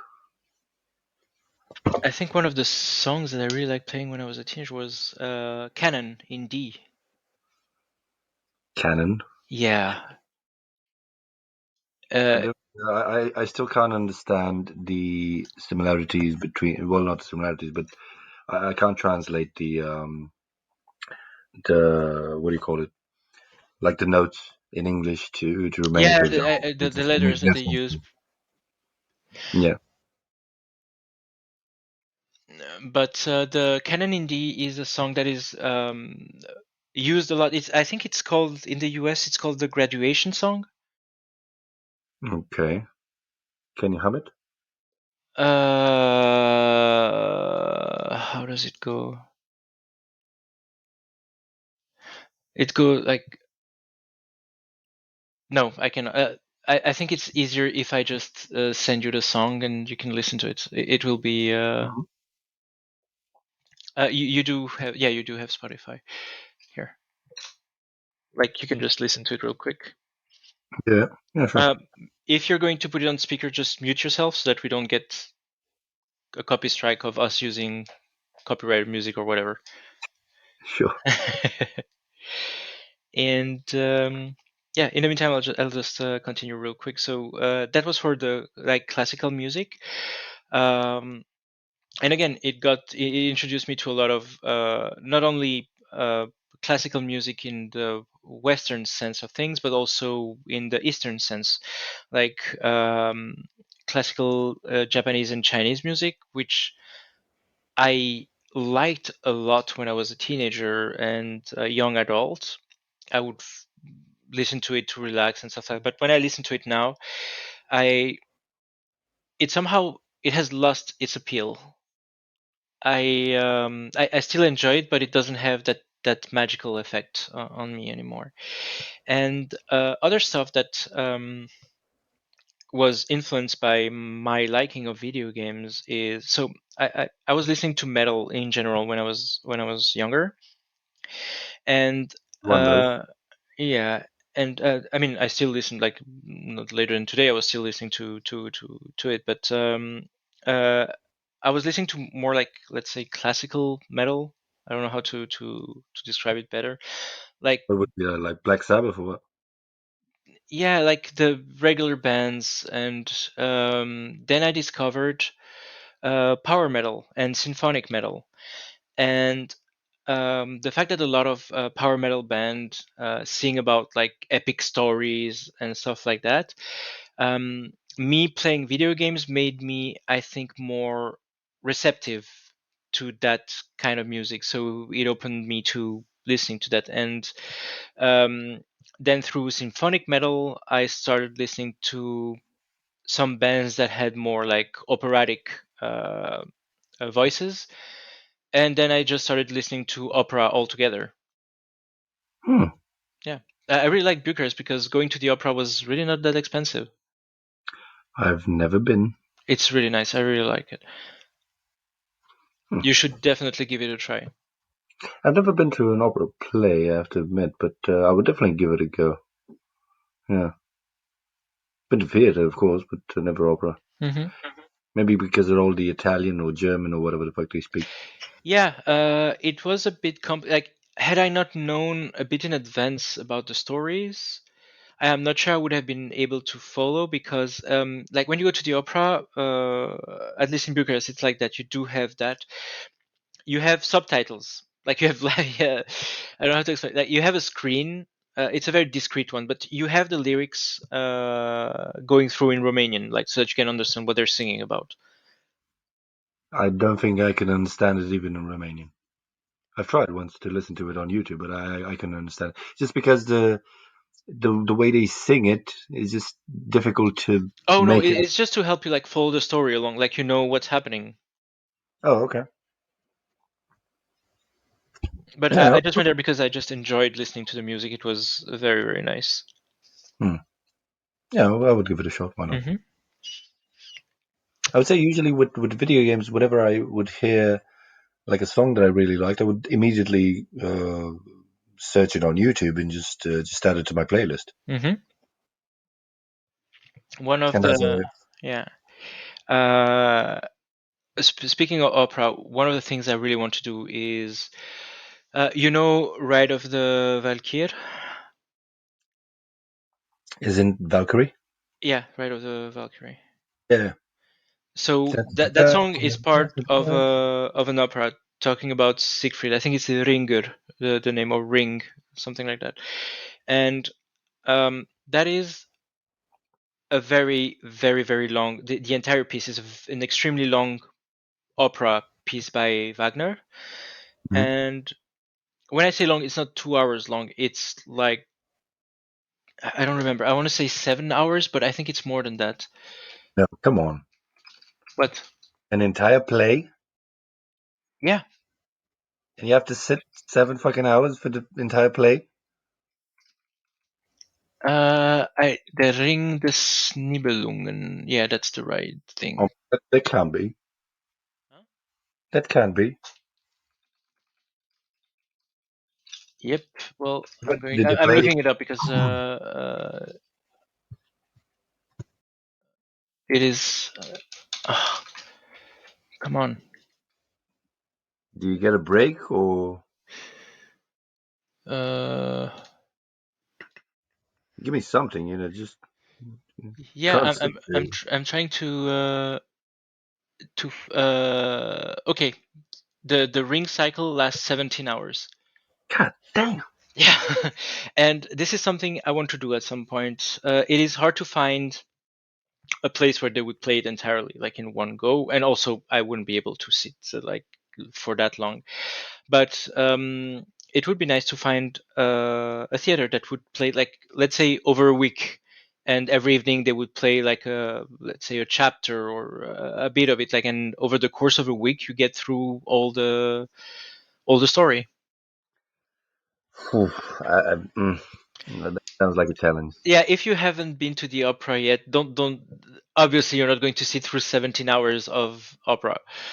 But if you get into it, I think this is something you can do. But it is not. I don't think a lot of people would enjoy that. Like it is. I don't know why. It's just a fixation I have with this one, with this specific piece. I think I would enjoy opera just because I discovered I do enjoy, for example, short movies. I went to a festival in Bucharest a few years back, and it was very interesting. I did enjoy it. So yeah, I think I would enjoy opera as well, but yeah, not that long. Definitely not that long. Hmm. That's operas are not have nothing to do with short movies. It's not short things.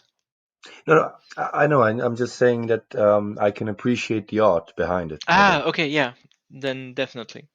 because also short movies, for example, are much more artsy than regular commercial movies.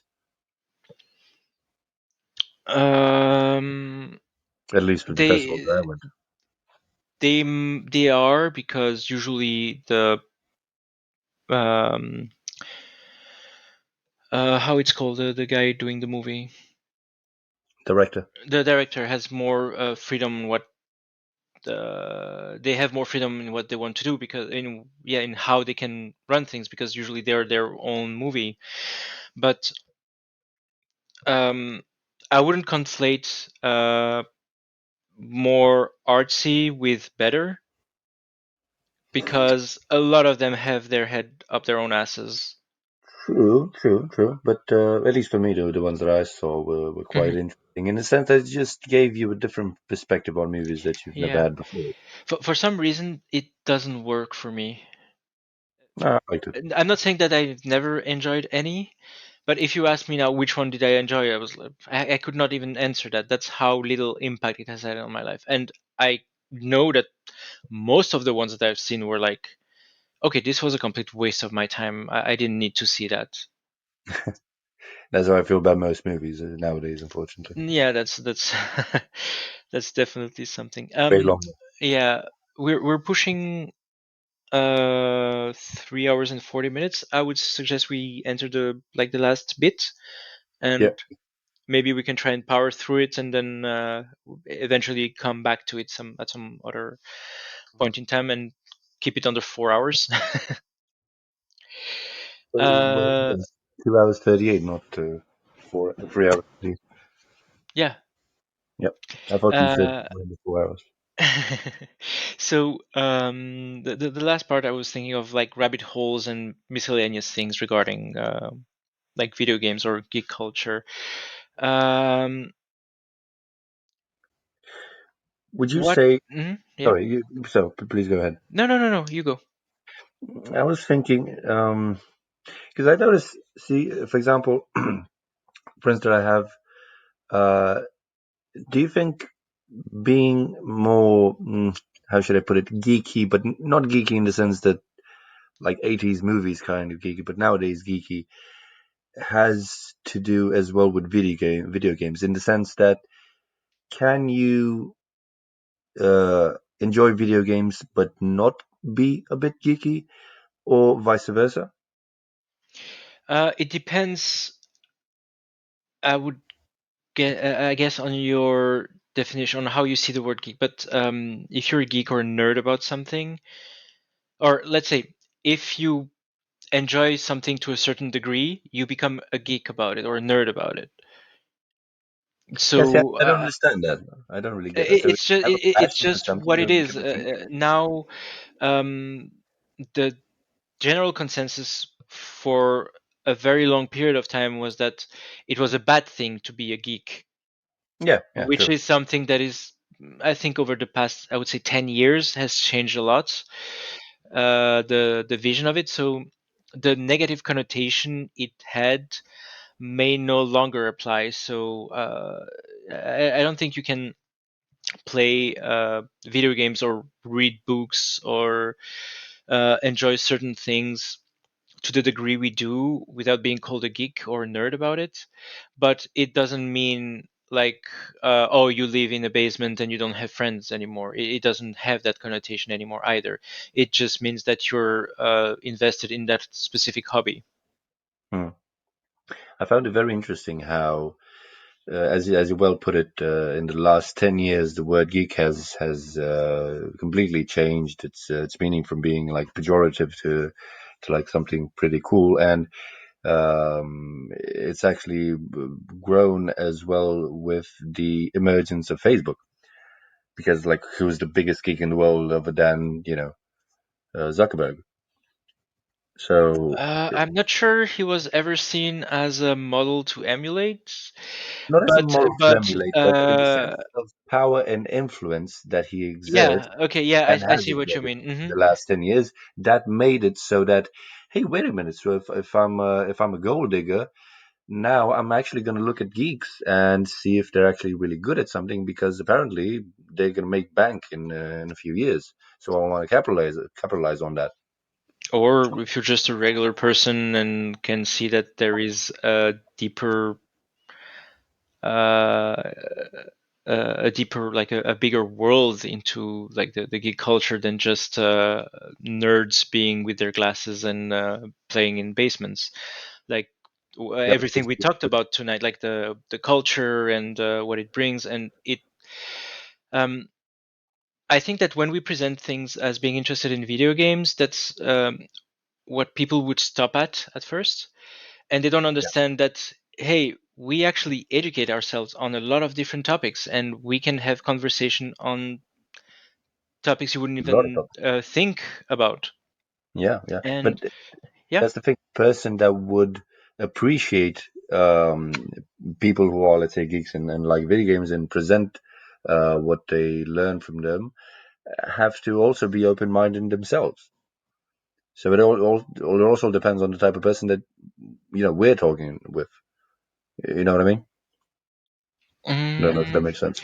uh, yeah, the thing that would stop people before has kind of fallen because there is an ulterior motive to try and get to know geeks better. It still happens today, to be honest. In very, I've had this before, maybe a few years back, where I kind of would be a bit shy when they would ask, what's your hobby? I Hmm. would kind of be shy and tell them, I love playing video games because I was kind of afraid of the stigma they would put on me. But in the last, I don't know, I would say 2, 3 years, I just stopped caring. So I just, hey, this is me. If you like it, fine. If not, fuck off. And apparently that drew more people than I previously expected. Yeah, that's because you build confidence about what you like in life, and I think that's also part of becoming an adult. Like you are more assertive of your, yeah, I like it. If you don't like it, piss off. Like there are other people. I don't recall a time in my life. I'm trying to think now where I felt, let's say, ashamed or shy about what I liked. Um, but I don't think that I've always been so outspoken about what I like either. Mm. Yeah, that That comes that with. that came in later years. Like I was not ashamed of it, but I didn't feel the need to share. Maybe because I didn't think that it would interest maybe the people I was talking to at any given point in time. But yeah, it is something that has changed over time, and yeah, we are getting more assertive. But I think the way The way we we go might about it. the way we went about it might have been more healthy than the actually kind of guy, the guy that Yeah, makes it actually unpleasant to try and be share a around. moment with. Yeah, yeah. Yeah, Plus, who also, contributed a lot to the bad image that people might have had of geek culture. definitely, definitely, yeah, because they were like there social there law. were there were Mm. parodies of what we were and liked, and because they were a parody of that or pushed it to a certain extreme, they were an easy target to mock and use as a representation because everybody would know instantly what you're talking about instead of someone with more depth and wider range of interests. Definitely, yeah, yeah. And plus, this is something that I've noticed in the last few years.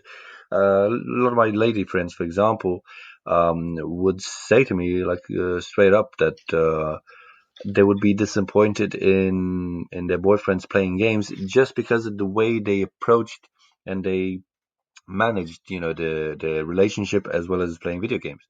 So I've had girlfriends or just lady friends who tell me that they've had partners who would just stop paying attention to them and just play all day and not have like a goal in life, or not even paying particular interest to their job, or some people actually quitting their job and just straight up playing video games all day.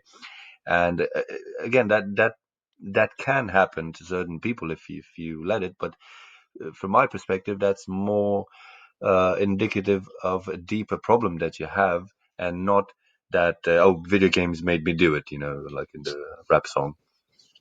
Yeah, it is. That is, I think, another topic entirely that we definitely have to talk about. I was thinking of actually touching a bit on it, like the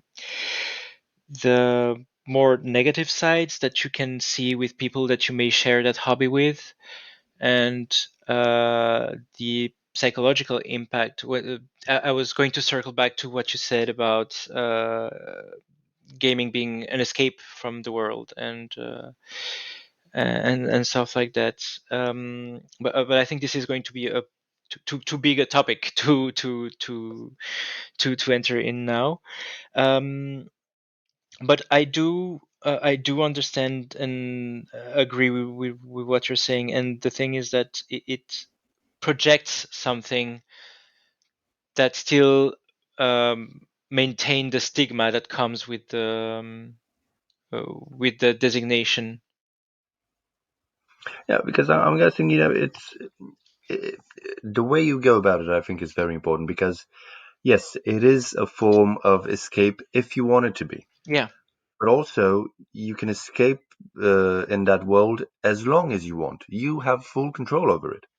So there's no such thing as, oh my god, I'm addicted to video games. No, they're just problems in your real life that you're just refusing to deal with. Yeah, but And that's the thing. It's not that simple because given your psychological profile, so to speak, you might be an easier target for the game mechanics. games are developed for you to enjoy them and to keep you playing, and some people are more susceptible to that. It's the same way with gambling or with alcohol or Yeah, anything that you I know get what you addicted to, and some people are just more easily influenced by that. And I wouldn't put it like in a such a black and white thing. It's like you can just stop playing. It's like saying to someone, um, you can just stop smoking cigarettes. Yes, ultimately, yes, you can just don't do it. It's not more complicated than that, but it doesn't mean that it's an easy thing to do. Just because you are able to do it doesn't mean that everybody has the fortitude to do that, or the mm, I don't want to say emotional, but yeah, let's go for emotion. The emotional tools to detach themselves from something that easily. No, no, I totally get what you're saying. That because I also was reading a book about it's called Gamification, a very wonderful book about Yeah. video Hmm. games and the techniques used there. And if you read it or know about it, you know that they're like black hat techniques and white hat techniques that are used there. Some to make you more, dependent on the video game in the sense that you actually invest time and effort in it, and it makes it more difficult for you emotionally actually to detach from it and not One play of it anymore. the easiest thing to exploit in someone, or I would say two of the most of the easiest things to exploit are the fear of missing out Yeah. and the sunken cost fallacy. The sunken cost fallacy. Yeah, you've already invested X amount, either be Oh yeah, time or money, so now you are going to push through instead of just stopping. You're not going to regain that money or time by continuing or investing more in it.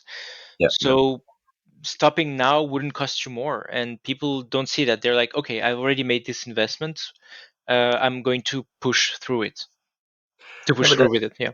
that's not only used in video games. Oh For no, no, example, it's a general thing. It's just that games, Facebook is one especially example. especially free games or mobile games or like the Facebook games, they capitalize a lot on that. Even And Facebook itself, actually, yeah, it was or really hard for any me to let go. anything that tries to keep you on their platform. Yeah, And gamification has been uh, I think it has been something for a very long time, but it has been more of a common knowledge, let's say, in the past. It became more prevalent in the past 15 years, where everybody had a device on them where they could have something that could be gamified true, and true. tracked, because then you can see, okay, they have spent X amount of time, etc. Well, because when people were not online all the time, it was harder to gamify something where you would where the company would get something out of it. But now, where you're always online and can pay more and more for services, it is more prevalent, and it also impacted the way people date nowadays, like using Tinder or OkCupid, like dating apps, for instance. It's the gamification That's right. Yeah, of romance. yeah, but that's that for me, for example, that's just something I don't know. Maybe I'm just too old for it or whatever, but that's just something I could never get on. I tried it, I just could never get on it. It's just I don't know, too. It feels too virtual, and it just reminds me of when I was younger and would watch like futuristic movies where like this would be normal, and I don't know, just got stamped in my brain that this is not okay, and it's not real in that sense. So I'm just very adverse to it. And that's a very good thing. Like, it's a good thing to be averse to it, but um, unfortunately, I would say that a lot of people are not, especially in big cities. Mm. Like, how many people do you know who actually don't use dating apps? Quite a few actually. Really? Yeah, it's just because I don't really hang out with a lot of people that use dating apps in the sense that But I they're mean, more so social. they're single and they're not using dating apps. Yeah, Okay, so that's good because they have a healthy distance to it. That is, if they're not lying about using dating apps. No, no, they're not. I know. Mhm. Because no. Because here I'm trying to think, and I think everyone I know at some point or the other have been using a dating. They're either currently using them or they have been using it for a certain amount of time. You might have just used it to try it, but when I say they have used it, it's not just to try it, or they present it as, oh, I just wanted to try it, but they have actually been using it like proper. And I'm on dating apps. I usually don't use it for dating or not anymore, haven't for a very long time. I like it to meet people. I just talk with people. I don't go on when I meet up with someone that I've matched with on dating apps. It's not a date. Like we're just going to share an activity because maybe we found a common interest, or I like the conversations I have with those people, and it's an easy way to meet people. But I am usually quite straightforward. That I have no romantic intention. Well, that's good. That's Yeah. healthy. Or if I feel like the person um, might have a romantic interest, I will tell her or him like, hey, this is not going to go anywhere. Like, uh, I'm sorry if I may have misled you, but this is not the case. On the other hand, if I ever come across someone I could see something happening, which is not my case at the moment because of my leaving next year, but I would also be quite frank with them, like, "Hey, yeah, I like you. Want to try something?" And I guess from what I've seen from some people I know who use those apps, they use it a lot for uh, things that are very casual Yeah, and basically. hookups and or just sex. And there's absolutely nothing wrong with that, but it is just not a rhythm or a way of life that I can get behind. No matter how easy it may seem, something doesn't sit right with me. I Yeah, wish I could just do that, like not overthink things and just go on dates and do something with just anyone. But I just don't work like that. yeah. No, I don't know. Even for me, it feels wrong, to be honest. It just feels wrong in the sense that if romance is what you want, and meeting a person and getting to know that person and going on dates and that thing, I don't really see why you can't just, and especially nowadays, uh, you can see if a lady is interested in you from a glance, or even if she's not, just go ahead and shoot your shot and see what happens. I think what this created, the Tinders and all of those, was um, it gave a safe space, and I'm saying it in the worst way possible. It gave a safe space to men, especially, not to go after women in real life, Hmm. because something that a lot of women don't really understand, at least from my perspective, that the women that I've talked with, they don't really understand that it sucks to get rejected, and as a man, that happens a lot.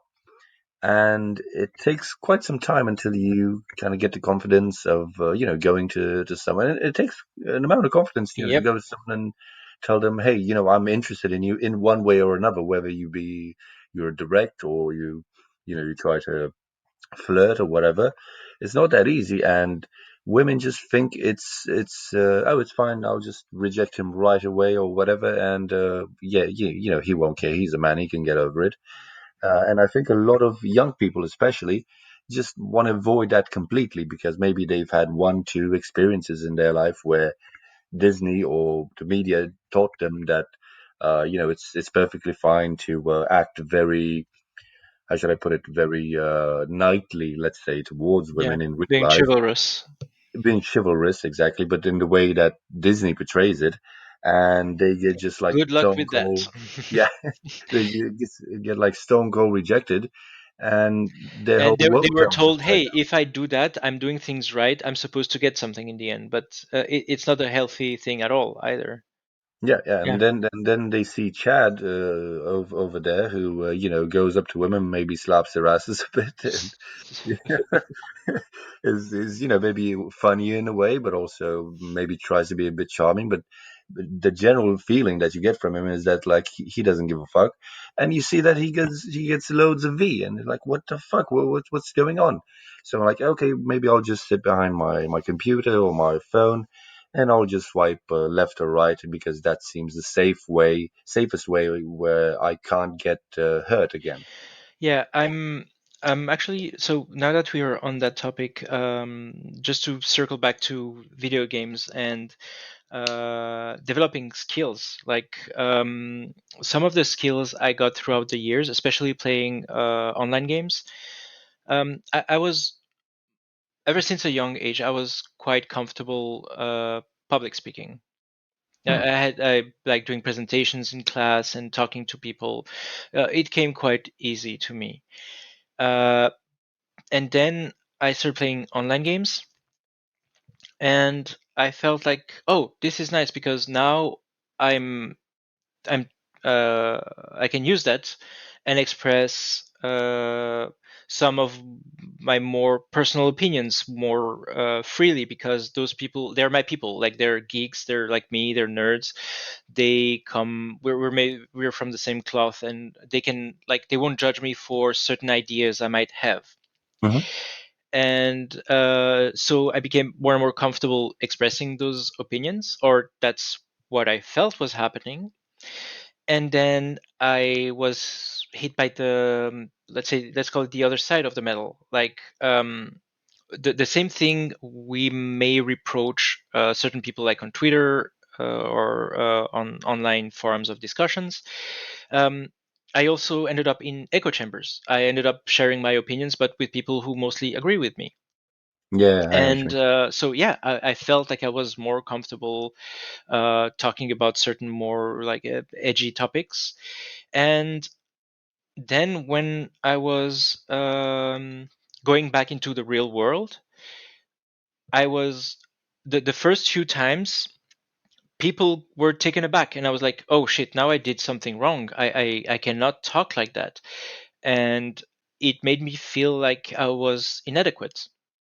Hmm. Like, okay, I cannot be myself. So I started putting a mask on for the longest time, and I still wear it from time to time, that mask, where I have a public face that is someone who will talk with most people, will talk about any topics, but I get bored. Like, it happens sometimes at parties where I'm in the middle of a conversation, and I just, like, the same way I would close a chat, I just leave. I just piss off in the middle of the conversation. Okay, I'm bored now. I'm just moving on to the next conversation. And one of the reason I moved, when I moved to Paris, that I wanted to be in that house with, so I'm living with 12 people, is because I would have to live with a lot of different profiles.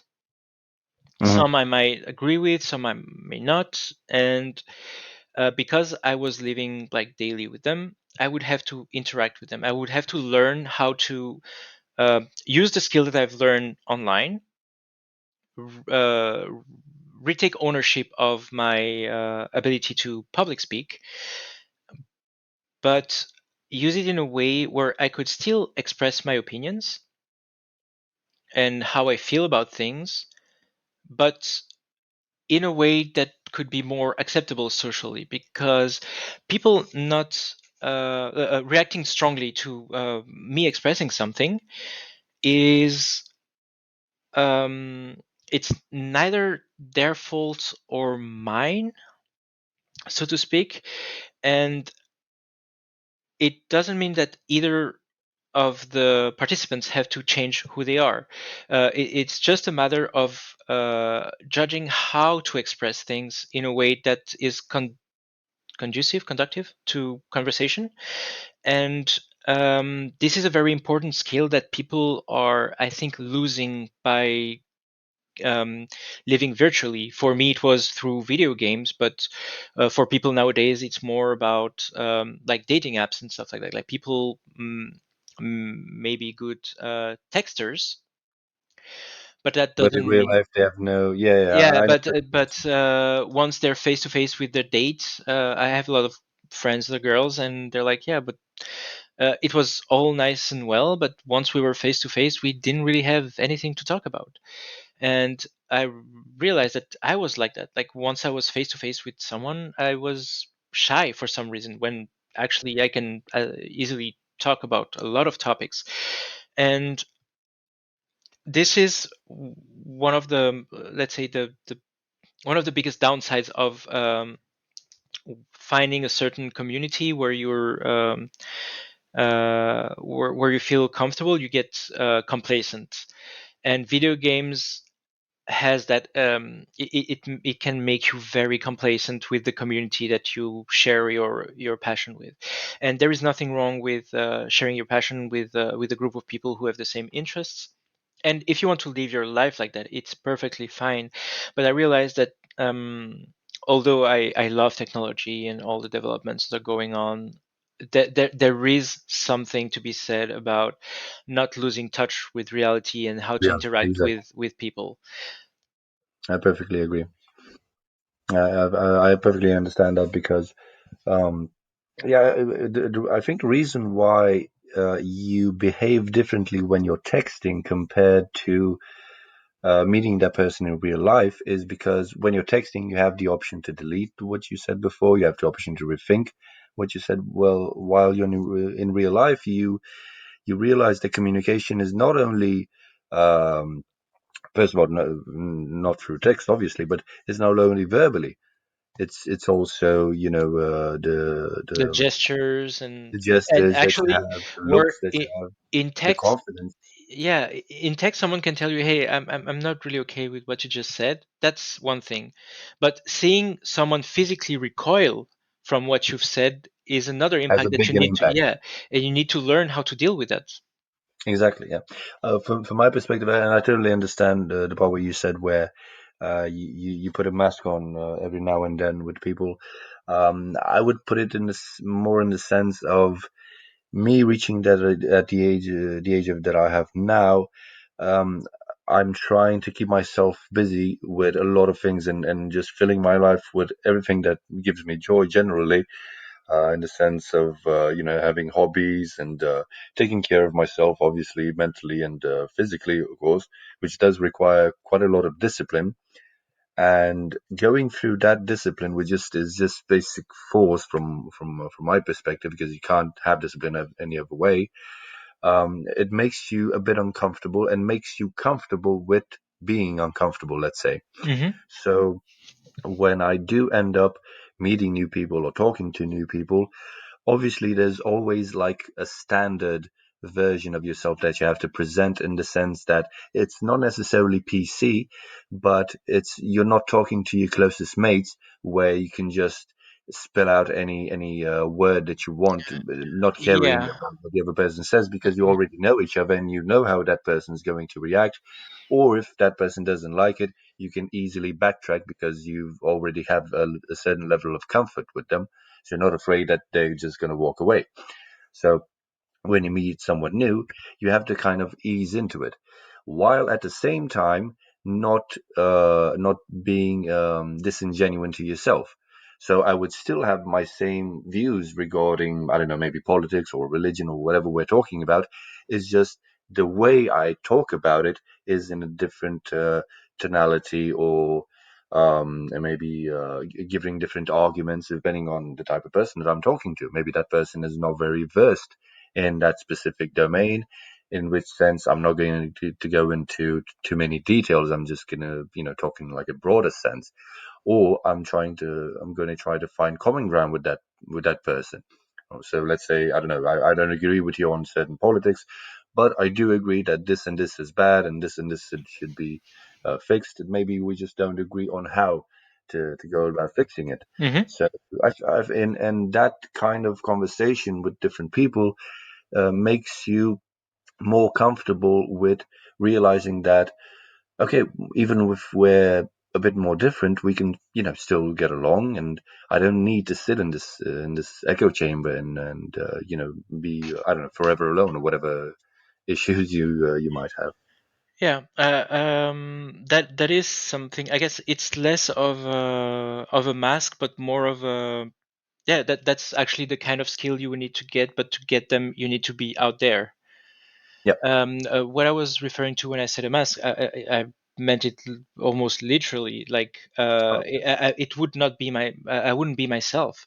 It's not me that I'm presenting there. It's a very very thin slice, which is like a public figure, and um, isn't that just a waste of time for you?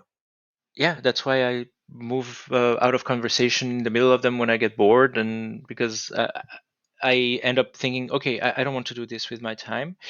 And what I was learning throughout this year is how to calibrate myself, like seeing where conversations are going, and instead of maybe just skipping them entirely, um, try and bring either bring interesting topics into the conversation, or try and find an interesting take on the conversation to make it more okay, this is going to sound pompous, but worthy of my time, because Yeah, no, I've that also doesn't sound decided bad. that I'm not going to be friends with everyone, and I'm fine with that. And my time is limited, so And yeah. yeah, and that's the thing. I want to, but I I'm someone who's like, I may curse like a sailor, but in general, I'm someone who's quite polite and well behaved, and um, I think that part of wearing that mask was so that everyone would be comfortable and have as good a time as possible. And what I'm doing now is I'm trying to first of all limit the time I have to have that mask on. First of all, which has been going great actually. I rarely put it on nowadays.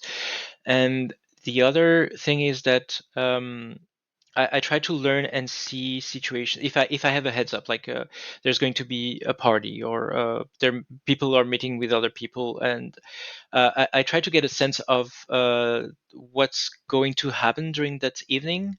And instead of going, I'm also fine with not doing things, Hmm. because it's my time, and I'm like, okay, you know what, I'm not doing that just for the sake of having a social event or something like that, because I'm not going to have a good time. I may have a good time, but I don't feel like taking that risk. And chances are, after 1 hour, I may stay out of politeness. So why even bother going?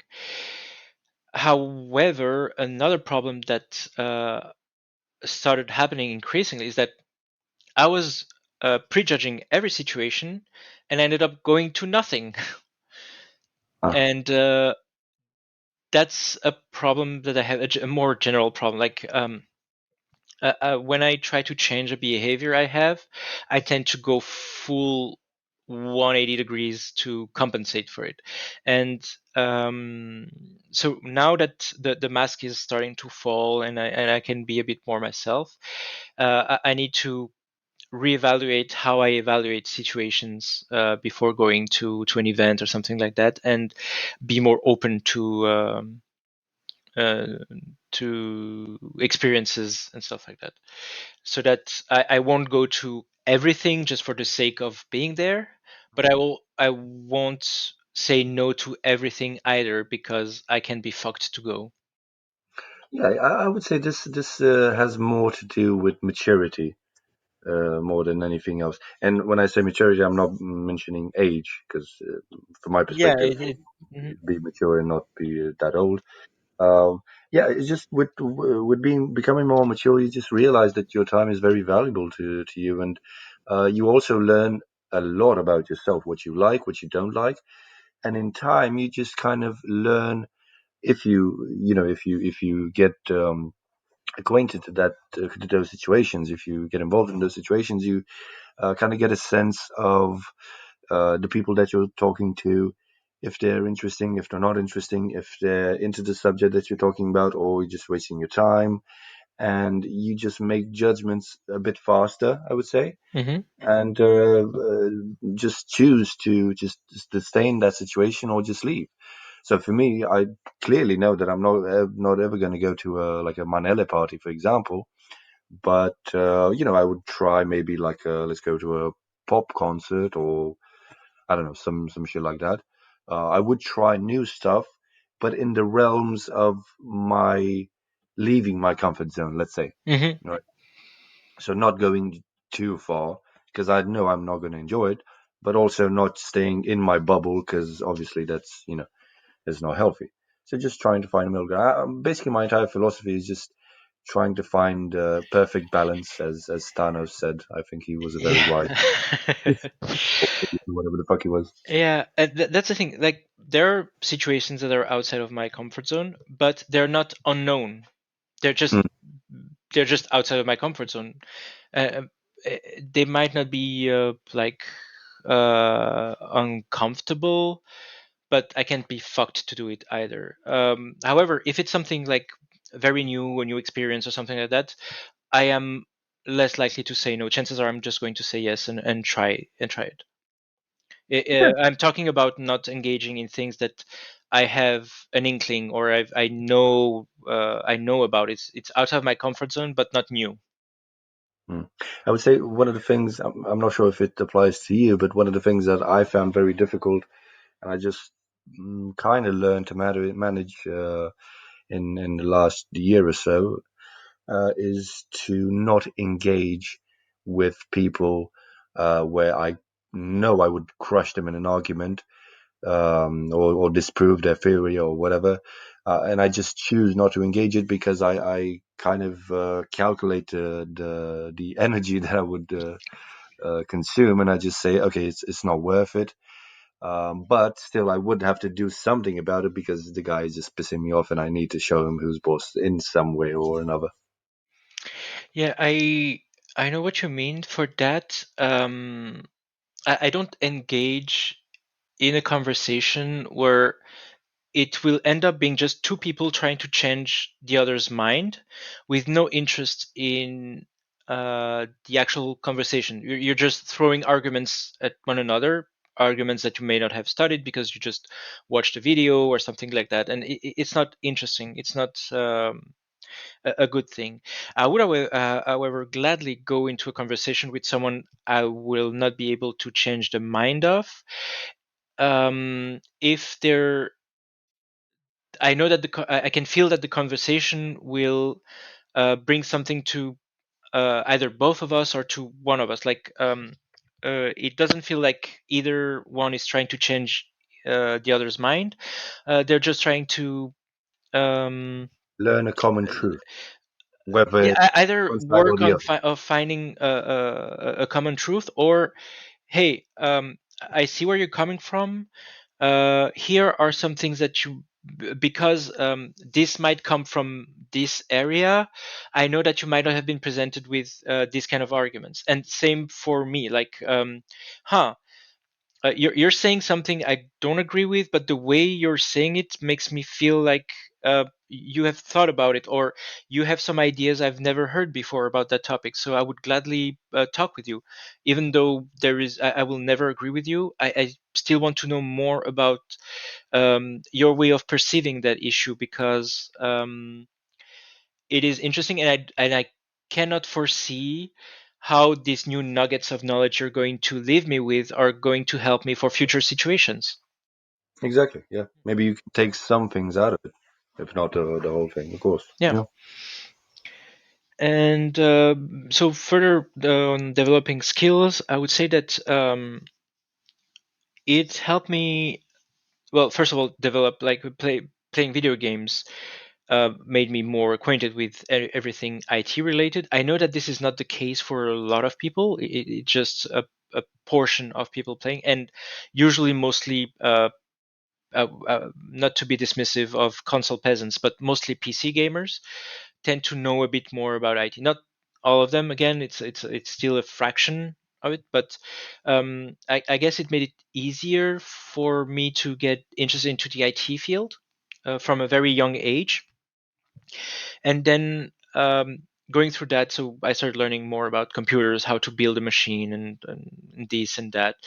And then I started getting interested into, oh, maybe I can make my own game. So I started learning programming because that's the main reason I ever learned programming was because I wanted to make a game. And then after that, I said, okay, I know a bit of programming, but I don't have graphics for my game, and I don't have a story. So I started drawing and create some arts. Whether or not it's good, that's completely beside the point right now. But it made me touch another aspect of the creative process of video game making that then become just me enjoying drawing, not to be video game related at all. I just wanted to draw.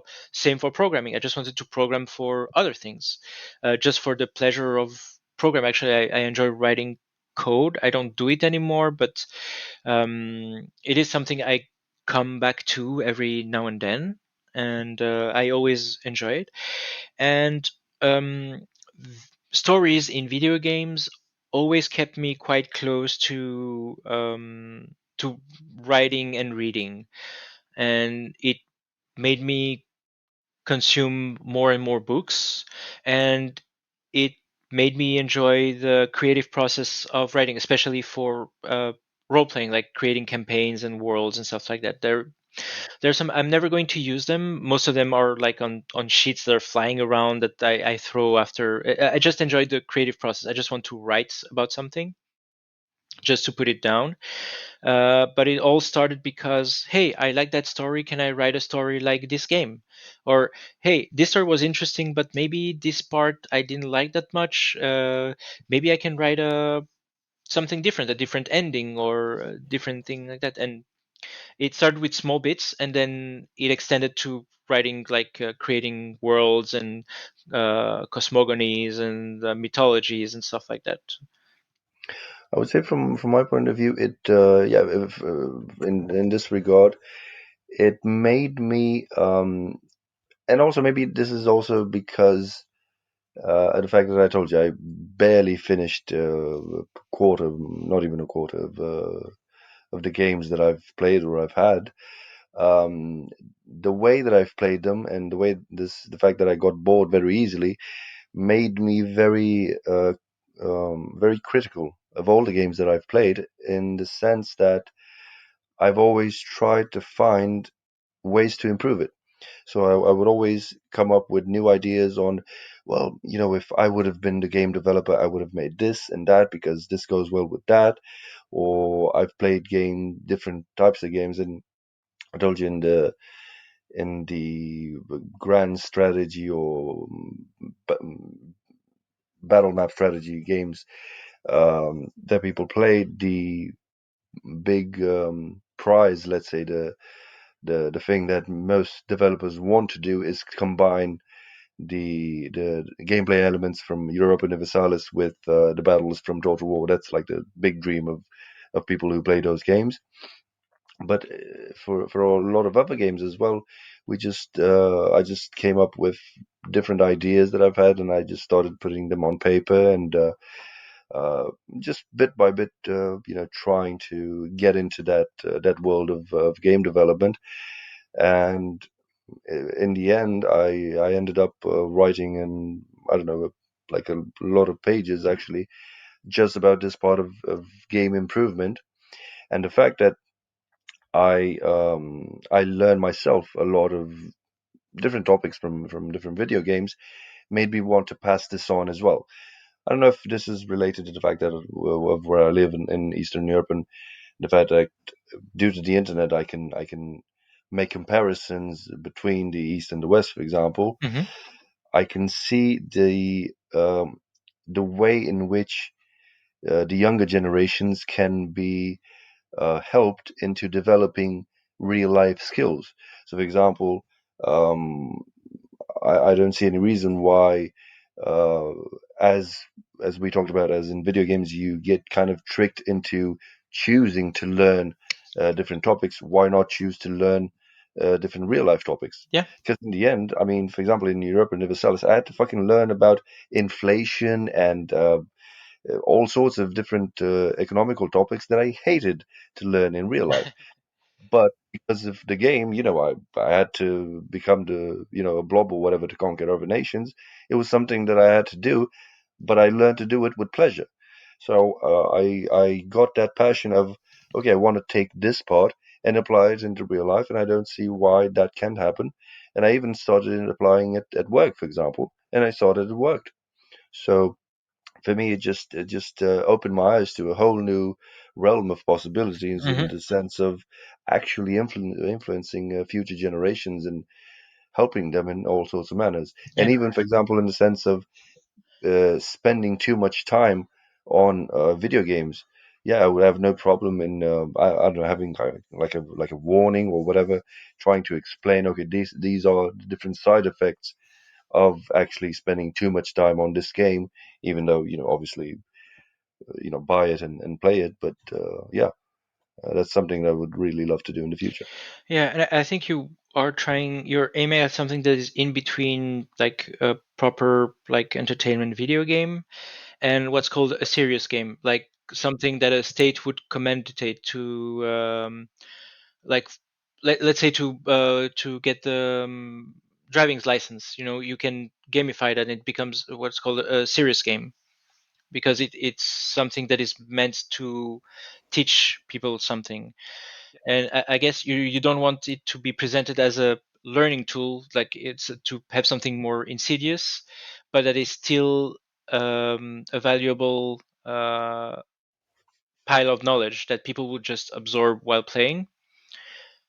Exactly. Yeah. Yeah. I mean, in the long term, obviously, if I were to become like really good at it, obviously, I would love to have a video game that would so seamlessly teach you different topics that you would want to learn that you wouldn't even realize that. But Hmm. that would be like a masterpiece. Yeah, that would take a lot of time. Coming back to you talking about combining, Europa Universalis and the Total Total War. Wars. Um, have you ever read any postmortem? Do you know what a postmortem is for a video game? Nope. So usually it comes after the release, but after every development cycle, you do what's called a postmortem. So uh, going in a development cycle, you want to add X amount of features and you want to correct X amount of bugs and stuff like that. And once that cycle is over, you can say, okay, we've added 7 out of 10 features. Uh, Two of them we could not because we didn't have time, and one of them completely broke the game. It just doesn't work. We cannot do that, and we could fix that. And while implementing something, we discovered that it would bring up those bugs, etc. So it gives you the life cycle of the development, and it is interesting because you can see for like bigger games, the features that they want, like when they created the design documents, the game design documents, they might have wanted like 25 features. Out of the 25, they're just going to put in 17, and they are going to explain why they didn't put the other ones, the other 8. It might be a time constraint. Maybe the publisher wanted to push the game, so they didn't have time. It's going to come in a DLC, or they have the features and they just cut it because of a business need, and they want to put it in a DLC because they want to work more on it. Or they can tell you, hey, we tried creating that game that you're actually thinking about. It just doesn't work. Hmm. And tell you why it doesn't work because this made this too complicated or etc. So you have a better overview of the pitfalls that other programmers went through. It is very important to, well, while programming or creating like in uh, video games and stuff like that, you learn a lot from other people's mistakes, and there is no sense repeating mistakes that others have done. Definitely. However, uh, maybe the reason they say that it doesn't work uh, don't deter you. You're like, okay, it's a business decision. You decided you didn't want to go with that because you feel like it wasn't. entertaining, or the game was not fun anymore. That happens a lot, actually. A lot of very interesting, like, features that would sound interesting are cut because they're actually not fun once put into the game. And you can still say, oh, okay, so technically it can work, you just felt like it was not fun to play. Oh yeah, And I you can just understand that. Yeah. Mhm. And then you can say, I'm still going to try it, put it out there, and see how people actually feel about it, like more than just the testers that the company have, for instance. Hmm. But and this, I'm not sure if you would know how to answer this question, but are they completely honest in this postmodern? Eh, Know what I mean? yeah, I know what you mean. Especially in our day and age with the woke culture and everything.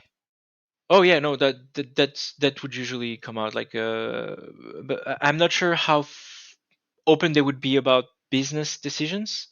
Like, oh, we decided to cut it, and then it comes out in a DLC, or finally we could make it. You have to see the entire Yeah, they would. They development of would the say thing. that. But for the more technical stuff, yeah, usually you would be able to see that. Interesting.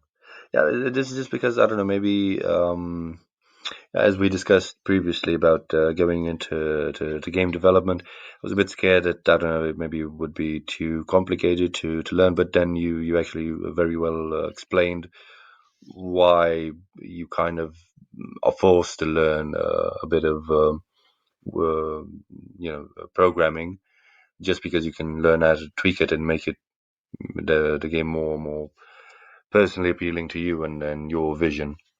So I definitely understand that. Hmm. Yeah, I'm just more easing into it. I would say just bit by bit, and the reason why I like not only video games but the idea of developing them is that, for me at least, it combines a lot of aspects that I would love to do in real life. So, for example, I was always passionate about acting, but I like to eat, so fuck that. Um, so that's something that I could very well put in it because yeah, I could very well do like role play for different characters and try different voices and all that. But in terms of storytelling, I've always wanted to write something, and I've been writing in my journal for a long Hmm. time and presenting Just a stories. quick note: I've just sent you a link that shows you what a postmortem can look like, and you have a few examples of games that have actually published their postmortems. Great, thank you. Um, yeah, so it presents a lot of skills that you have to have, but also a lot of hobbies that I do have that I could Hmm. just combine and make into one. That's So I a think very good thing. Like, that's what it will. if there is some crossover and it's something that you're going to do anyway because it's your hobby, then you might as well do it. Yeah, a lot of, especially the writing part and coming up with stories because I have like one of my biggest concerns was that I was never good at drawing, and I have like a big imagination, but I can never put it in on paper. The only way I could put it on paper would be by telling stories, because always when I try to present stories, I try to make them as vividly as possible so that the other person can actually imagine what I'm saying. So yeah, it would be a good way to try it. Yeah, Plus, to paint with words. paint with words exactly, Hmm. and also because of my I don't know maybe this is part of my character where I get bored very easily. I can immediately sense, because maybe I'm hypersensitive in that way, I can immediately see what parts of a game are very well made or what parts are not in terms of UX or AI or whatever. This thing works, this thing doesn't, and just try and tweak the different things very easily. So I think that would be another plus. I don't know. Yeah, as I said, it is something that, um, not to deter you, because I like the topic and definitely would want you to give into it. It's just that, as I said, learn from the other's mistake. And I was once young and hopeful and thinking that things were going to be not easy, but like I thought I had the ideas down and everything. And you end up realizing that uh, a lot of problems you cannot in a million years think about are going to crawl up your ass. And that's why it's very interesting to read postmortems, Hmm. because then you'll see, oh fuck, they had they encountered that I didn't think about this. I didn't even think it could be a problem actually, and stuff like that. So, but as I said, like if some of it is a hobby you already have, then go for it. You can actually do release a game, not a game, but like you want to work on different mechanics, and you can release mini games with just one of those mechanics and see how it works. And then little by little you just put them together, you combine two of them, and then it makes a new other mini game, and you see how those mechanics work together, and then you can find out, hey, yes, this can work. Or um, I'm using a lot of words here, and it's kind of hampering the flow of the game. So maybe I need to find an artist to just paint me something real quick where I can just have one sentence instead of a whole page of waterboarding someone with a story or something like that. But you have to try it. Like the only way you're going to learn when it comes to video game, it's by doing it. Like it's the only way. Yeah, I mean, from my perspective, I just accepted the fact that it's a passion of mine. So once I accept that, basically, it's not important if something actually real comes out of it, or making an actual game. Just the process of it is very enticing to me and very interesting. hmm So let me know when you start. As I said, like Yeah, when you definitely. like start proper to work on that. What would Um, you recommend as a starting? Well, we could talk about this some other time as well. Maybe yeah, go into because this is, I think, going to go more into like the video game industry and game yeah. development and stuff like that. I just had two last quick things. One thing that I promised one of my housemates I was going to mention, and another thing. So we were talking about Metro earlier, and as I said, I'm when it comes to video games, I'm a chicken. Like I jump at every fucking thing in those horror games. Wouldn't have thought I it, to be honest. I wouldn't have thought it of you, to be honest. You wouldn't have thought. I wouldn't have thought it of you to be Oh scared of my god! Like, the game. You don't seem the type. and at some point I was playing a lot of horror games, and it made me jumpy in regular games. I would jump at anything. It made me so nervous. Doesn't mean I don't enjoy the experience of being terrorized, and Yes, I but don't. it is not a fear that lingers. Like I'm not going to go to bed and then have pictures in my mind. Like it doesn't work like that on me at all. But while playing, it does work on me Yeah, quite strongly. And also, a non-intended side effect is that horror video games have made me completely insensitive to horror movies. Horror movies do not work for me. And when I was a teenager, I loved them. It was my bread and butter. I was watching horror movies 24/7. And now they're just they just feel dumb. Like any horror movie that gets a lot of like good reviews and stuff like that, I go and watch some trailers, or sometimes I will watch a part of the movie, but I cannot get into it. I'm like, this is not scary. This is just cheap. fair. They kind of suck anyway. Yeah, it's. I'm like, eh. First of all, it's not scary at all. I cannot. I am not scared of movies anymore. Like this is not that I was scared when I was a teenager, but I could get into it. Like I could get into the mood, like Blair Witch Project and stuff like that. It would get me there. But now I'm like, for instance, what is it called? Like Paranormal Activity. Like everybody was raving about that movie, and I was like, Are you serious? It's like what? What's scary about the movie?"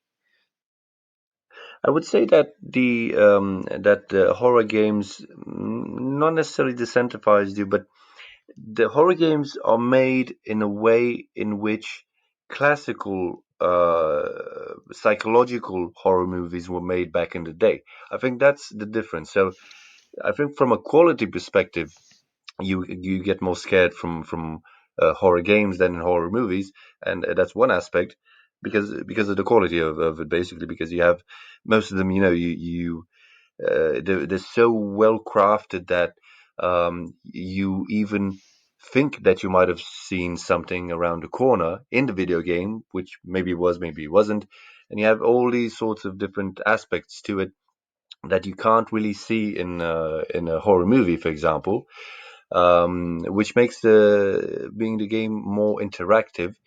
You kind of interact with that entire feeling of being in a horror movie, which is, I think, a Yeah, lot because different. uh, like in horror movies, there is no stakes. Yeah, There are no stakes. Sorry. Um, whatever happens is going to happen anyway because you're not an actor. It to me it means nothing. Like it has no value whatsoever. But when you're in the game, you decide if you go left or right. Like the all the years you've spent yelling at the screen, "Don't go there" and stuff like that. Now you you have to decide make to that do it, you have to make that decision. and it's And not easy. Yeah. no, it's not.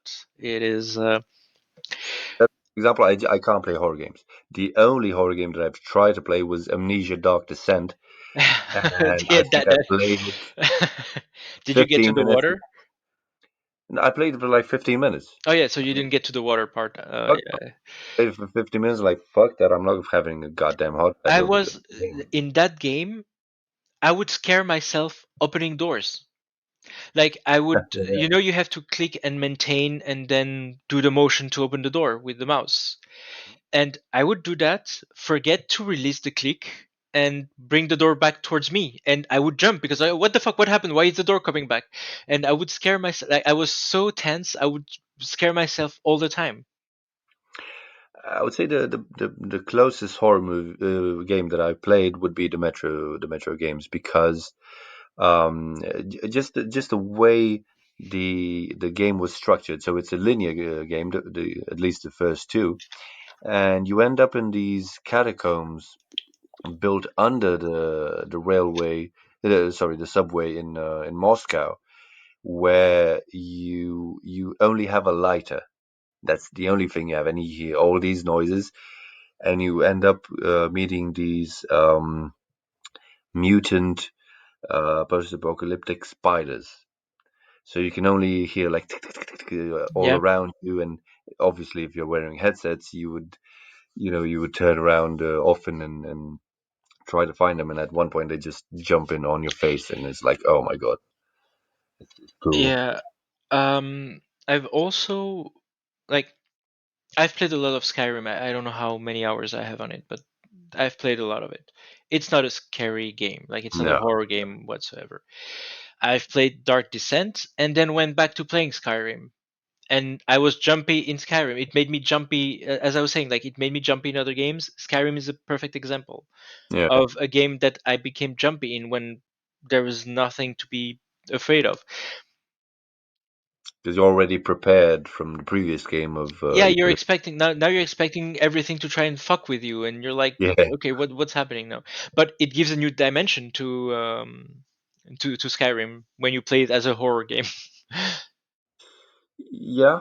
Well, I would say I had that kind of experience with Fallout 4, because Fallout 4, from my perspective, is just like a post-apocalyptic Barbie game, to be honest. Hmm. Because it's not that you just kill left and right. You're a god basically. But if you play it on survival difficulty, however, it's a completely different Yeah, game. playing those games, the Bethesda game on survival, it's quite nice because in Skyrim you have to mine the coal and you have Hmm. to eat Yeah, and yeah, everything, uh, and now a wolf that you would just dismiss, like you would just slap it away before, becomes a real threat to you. Like everything exactly. becomes a real threat to you. Yeah, yeah, exactly. That's the same in Fallout. So, from my perspective, I loved it a lot more than the normal game difficulty, just because you get more immersed in it. Hmm. So when you see like it's a difficult enemy, you actually have to stay and think. Okay, should I engage? Should I not engage? How should I engage? And you spend quite a lot of time thinking about all these, and it just makes it more enjoyable. To be honest, um, a lot of my childhood that I think about, and the most fun I've had, quite a few of those moments are related to playing video games, and certain moments that I've had where I had certain victories after, I don't know, playing 2, 3, 4 hours on them and not really reaching the result I wanted. That is. Yeah, actually, I can relate to that. And just to stay on this, on the theme of horror, I just had a question that came to mind. What is the first monster in a video game that properly scared you, and what game was it? Duke Nukem.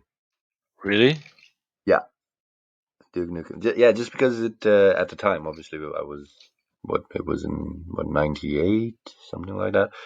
It The Duke was Nukem 3D? yeah, it was the first 3D game that I one of the first 3D games that I played. Obviously, not on my computer, and it looked so real at that time. Because maybe a lot of youngsters when they see old video games, like, oh, how could you play this garbage and how could you say it was real? And well, look, for us at Back that then, time, it was like we peak of had technology. just come out from 2D, and this was Exactly. everything was like, yeah. Yeah. So yeah, for me that was that was the peak of technology. So yeah, there were a lot of jump scares in that game. And I would say basically any monster that I've had there, because you would get attacked from left and right, and just being immersed for the first time in like a 3D game, it was just such a weird experience, a new experience, because you would have to look all around and you didn't know what was up. You actually had to get used to playing a 3D game, unlike now where it's just a standard. Yeah, that's the thing, and I still play. I do a lot of retro gaming, so I still go back to a lot of those games, and especially old RPGs where, as we were saying, like where they didn't have a lot of processing memory for processing power, sorry, for graphics.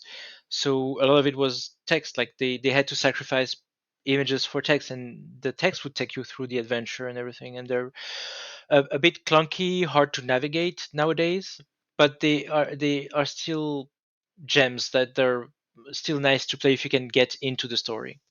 I would say the text combined with the sound, because the sound Yeah, really. they had some nice sound for back then. For me, funnily enough, my first monster that really scared me was also in '98. It was in Zelda Ocarina of Time. So the one the first Zelda in 3D, and there is a monster called a Redead, and they're sort of mummies that would stand still, and they were just moaning, like they didn't move. They were in different areas, and they were just like, oh, oh, and they would not move. They would just do that fucking noise, and I was like, Okay."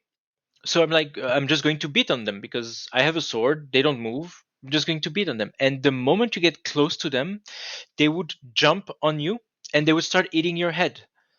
Oh shit. And the first time that thing happens, it was so anxiety inducing because um it was one of my first like proper 3D games, and I didn't have the tools to deal with that kind of Yeah, yeah, yeah, surprise yeah, and emotion because yeah, I had never seen something like that before. yeah. And they would scream like they would scream from the top of their dead lungs before jumping on you, or as they were jumping on you actually. Mm. So you would hear that scream while they jump on you, and you cannot get rid of them that easily. Like they're eating your hearts. Like your health is represented by hearts in Zelda, and you would see your health go down like by big chunks. And at first, because you cannot move or do anything, you're like, oh shit, I'm just because I got close to that thing, I'm just going to die now. But they let you go after a while, and you learn how to not go get close to them or how to kill them afterwards. But the first few encounters are quite terrifying. No, I can definitely understand. For reason when I think about an anxiety-inducing video games, for some reason, every time Oblivion comes into mind, especially once you crossed into Oblivion. Remember that? Yeah, but it didn't have that effect for me. It was too luminous. Like it had too much light for it to be, and demons and lava and stuff like that. It's not the kind of things that would get to me. But see, that's the thing. That didn't get me as well. That wasn't the problem. The problem was that before you ended up and finished the game and everything, you had a lot of gates that you could go through. Yeah. I'm not sure if it was unlimited or whatever, but there were a lot of them. Hmm. So in quite a few of them, I the problem wasn't the demons themselves. Sorry, the problem was trying to escape the gate itself. So I would just be lost in that world and not know where to go and be Yeah, very low those on towers and potions. world were, yeah, Yeah, I can see. Yeah. so just be low on potions and low on health as well, and just oh my god, come on, we're gonna make it just one last try. And once I would make it, I'm like, oh my god, yay! Did you Can't play believe the DLCs as well? it. A Well, bit, back then they were still called extensions because you actually got a real entire game on top of the yeah. game you bought. Developers actually cared about the Hmm. gamers. Yeah, I played a bit. It was interesting as well. I played like Shivering Isles. Exactly. I was about to say the Shivering Isles is, in my opinion, one of the best extension for any game. Period. That Insanity World was so Yeah, it was just it so really weird. jived. Like it was Yeah. the voice actor who played that Oh, he was the amazing. God of Really good. Madness. He was really good. Like Yeah. uh, maybe I'm looking at it through rose tinted glasses, but to this day, very few extensions had an impact as the Shivering Isles to I me. don't think so because see, maybe I'm mistaken, but if I'm not, I think it was the first game where it introduced kind of a boss before entering another world. Remember, you had to fight like Yeah, but you were no. To enter the Shivering Isles, you needed to have a so certain level in the yeah, game. and you would reach the island and you would get there. But Mhm. remember, there was like a giant that you had to kill before I you actually could have started. I don't remember that. I remember that when you entered the islands, you had to dine with the god. You were sitting at a table or something, like you were dining with the god or something like that at the beginning. There was some part there where in order to yeah, but I think you would I'm just dine with going the to god download the game first. again right now, and I'm just going to try it tomorrow. Like now, I I, need to. I I need to tried find. playing it again, and it's lovely. It's a lovely game. It's just um, you inadvertently compare it to Skyrim, so Ah, just because of the dungeon design. However, the music, oh yeah. my The god, the music is I could just doom walk in those fields doom for doom hours. doo doo doo doo doo doo doo Well, that was in the doo. dungeons, but No, that was not the dungeon. That was like it's the main theme of yeah, of the Elder maybe Scrolls. with like a lower voice, you maybe. But it was like a lovely song that you would just walk around.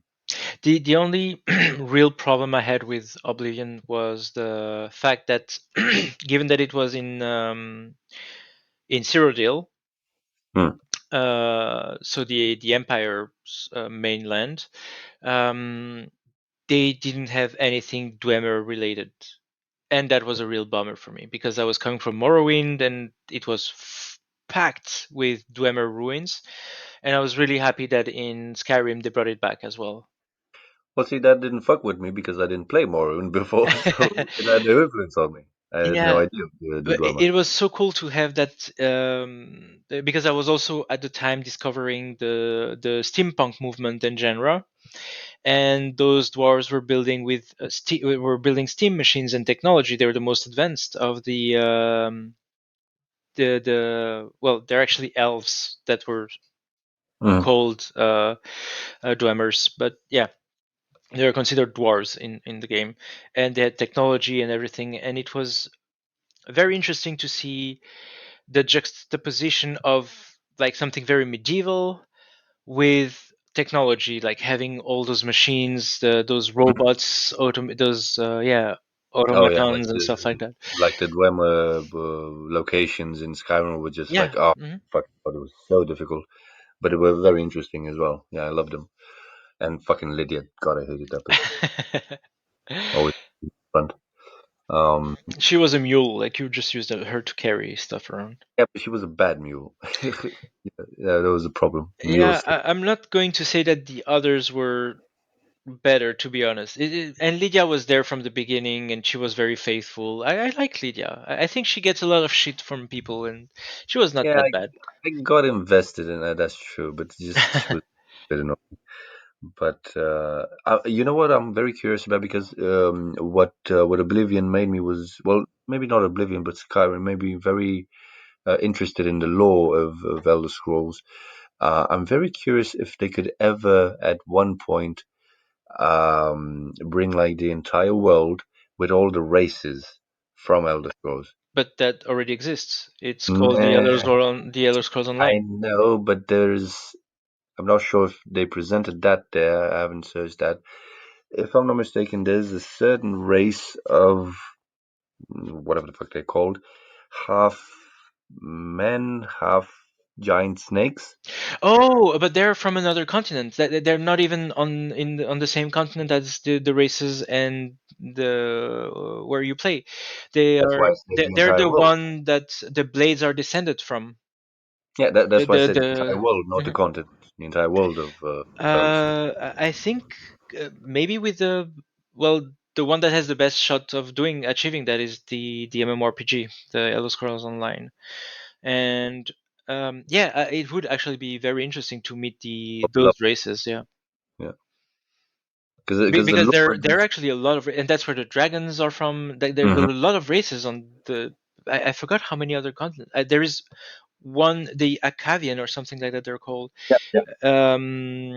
There is at least one big other continent, and I don't recall if there are any other big land masses in Mirn. I forgot how it's called. Um, I forgot the name of the planet. Nern, I Yeah, think. I think it's something like that.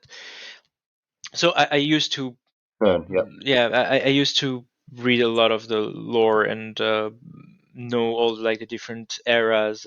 Not anymore, obviously, but I used to do that a lot in games. Like for World of Warcraft, I would know everything from like any character you would give me. I would say, okay, that character did this and this in the story and stuff like that. And I started doing that as well for the Elder Scrolls because I really liked it. But it was taking too much of my time, and now I can remember some of the events. Well, for instance, my favorite race are the Argonians, Hmm. and they're, Why? well, first of all, because poison. Hello, they're immune to it or resistant to it. They used to be immune to it, but now they're just resistant to it. And poison is very anxiety inducing in games Yeah, for me. not for me. Yeah, well, and also I like reptiles. Like I think that the design is cool. Like I just like what they represent, and their society is actually very, very interesting. And their bodies are like sort of a temporary vessel for life. They're not something permanent. So dying isn't really a big deal, and they have sort of a they don't really have a hive mind, but they have a sort of connection to all the others. And they're also the ones that made the Devas close the Oblivion gates that were open in the swamps. Oh, So they opened the gate, like okay, they're fucking all over the planet, and obviously they're also going to go in the Black Marsh where uh-huh, the Argonians are, and the Argonians started something. Oh, how is it called? Let's call it the hunt. uh-huh. So they all buffed up, kicked the demons' asses in the marshes, went into the door, kicked the demons' asses there, and started like kicking so much ass that the demons like, okay, fuck, we need to close the doors. We cannot do this. This is not good. Like they Really? didn't close the door. I mean, the Argonians were just kicking asses. They had their intentions was never to close the door. The demons had to close it because they were kicking. They were getting their ass kicked so bad. Damn, I didn't know that. Yeah. Newfound respect for the Yargo. Of And that's the thing because most of the time they're presented as slaves or beggars and stuff like that, so they Or get a very assassins. bad rep. No, they're not assassins. Those are just unfounded rumors. I don't like their tone. I don't like what you're insinuating. W- Fair we enough. never killed anyone. Uh-huh. it's fun anyway in such. The only problem that I have with the Elder Scrolls games, well, at least in Skyrim, is the damn AI, because they could have made that world a lot more interesting, It is dull. Like they're dumb. especially since fucking Civil War. I mean, but there are mods that would change that. But the only problem with mods is that I would end up spending so much time on actually installing and finding the right mods than actually playing the game. Yeah, and you start looking at mods and you find, this one could be interesting, and then you start bloating your game. I have a Hobbit house in Skyrim. You can have a Hobbit home, and I have a Zeppelin home as well. Of course you do. So yeah, I can see. Yeah, but it could have been better. The game is not as good as it is touted to be. But hey, we're 11 years later and we're still playing it. Well, I mean, a lot of people are still playing it. Oh my god, and they still buy like And the seriously, only how many of them can he make? the re-releases, they're brutal. Like last year they had the 10-year anniversary re-release of the game. Yeah. And I won't stop playing it until they come out with the sixth. What do you think that'll be? Did they say? Oh yeah, it's going to be in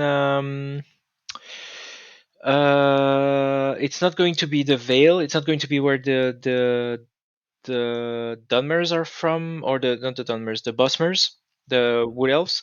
It's going to be where the Khajiits are from, I think, Ooh, okay. if I remember properly. They have a teaser already out that's been out for a couple of years now. I would love to play that. Yeah, Khajiits are funny. Mm-hmm. Uh, Khajiits are fun. yeah. This one has wear if you have coins. And yeah, last thing I wanted to we're not going to go into it because yeah, we're it's going to be 4 hours now. But I Oh, just want to mention it because I said that I was going to, but it's going to be talked into when we're going to talk about the video game industry in general. Um, I don't know if you've seen, but the Elden Ring made some waves when it came out. Like it was made a criticized. lot of waves, and I didn't know why it was about, and then I saw. Actually, to be fair, some people at Ubisoft, for instance, started cheating all over the game, complaining about the user experience and stuff like that. And Ah, fuck and off. that was the worst thing they could do because the game seems to be. I haven't played it. I don't like the games from software. They're not my thing. I think they're a very important part of video game culture and industry, but it's not. It's just not a game. They're not just games I would play. That it's just I don't hate them. It's I just don't not your type, I understand. exactly. I just because they're very. I get very immersed in them. And the same situation I end up where I talked to you about Oblivion, with being in the gates and not getting away. It's the same thing, but on steroids. Hmm. And so it did a lot of waves because of that, and it made those big ass AAA companies look like babies crying because Yeah, definitely. a, a game coming out from a company that's for their standards is basically an indie developer, although they're now quite substantial, made a game that sold very well, that was complete, that have no intention of having any DLC or milking, that basically a very good game in an open world, so that it is encroaching directly on what they do, that has no intention of mistreating their players by having abusive monetization and stuff like that. And having, although it's not the voice of Ubisoft, it's the voice of some people at Ubisoft, and I think some, and from Guerrilla Games as well, the ones who did Horizon Dawn or whatever it's called. Um, because they opened their mouths, it made them look like whiny babies that cannot take the fact that another company is doing their job way better than them without any intention of milking the customer dry, Mm. because it gives them bad press because they release games that are not feature complete, that have artificial how to call it, they make the game annoying so that you will pay for packs to make the game more Clear. enjoyable, instead Yeah. of just releasing a game that is enjoyable with that feature integrated instead of having to pay for it and stuff like. So yeah, it was interesting to see Just how the showed community came together to defend Elden Ring. Definitely. They just showed it that look, it can be done in our day and age. Fuck off, you're just greedy. Yeah, That's exactly. And they didn't try to make that point, but yeah. because the others opened their mouths, it became about that. Like it brought the spotlight. It got the Streisand effect. It's simple. If a product is very good, people will defend it. Hmm. And me, from my point, I played Dark Souls 1, 2, and 3, and for me personally, I see it as a masterpiece just because not only that now you can jump or whatever, because that's not that important, but them going out of their way because they would used to make, how should I put it, the level design was so complicated and intricate that it was kind of based as a picture, a high story building. That's how they would used to make level designs in Dark Souls 1, 2, and 3. Whereas for Elden Ring, they made they made an open world game that just felt extremely natural, and it made it so well that other game developers, including future me, will take point of that, just because that's a landmark in gaming history. It's the best open world game that's ever been made because it separates everything that you've played before in sense of The Witcher or any other game where you just feel like, okay, you have to go from A to B, pick that, go there, and next mission. This is completely different, but in a very very organic way. I do recommend at least watching some gameplay videos about that. Yeah, you should. What you're describing seems to be something that actually Zelda Breath of the Wild was doing. Yeah, yeah, they Like you didn't have any direction. Like you had the introduction part where it would show you how to use the different weapons and tools and how to use the environment, and then it would let you fly away into the world and you could do Mhm. whatever. Like you could, from the moment you leave the intro zone, you could go to the final boss directly and try and kill it. Yep. No, I know in the video that I watched, Breath of the Wild was presented as well as one of the best open world games made. Yeah, So yeah. And I think we should stop now. We're past the 4 hour mark. I And only had one glass of water during this entire time. oh, I had a bottle of water and also a gin and tonic. Yeah, best to the wise in the Kids, future. don't drink. It's bad for your health. Definitely. Okay, it was very nice, and I'll see you, I hope, next Sunday for the next episode. Perfect. See you We'll, then. yeah. Bye.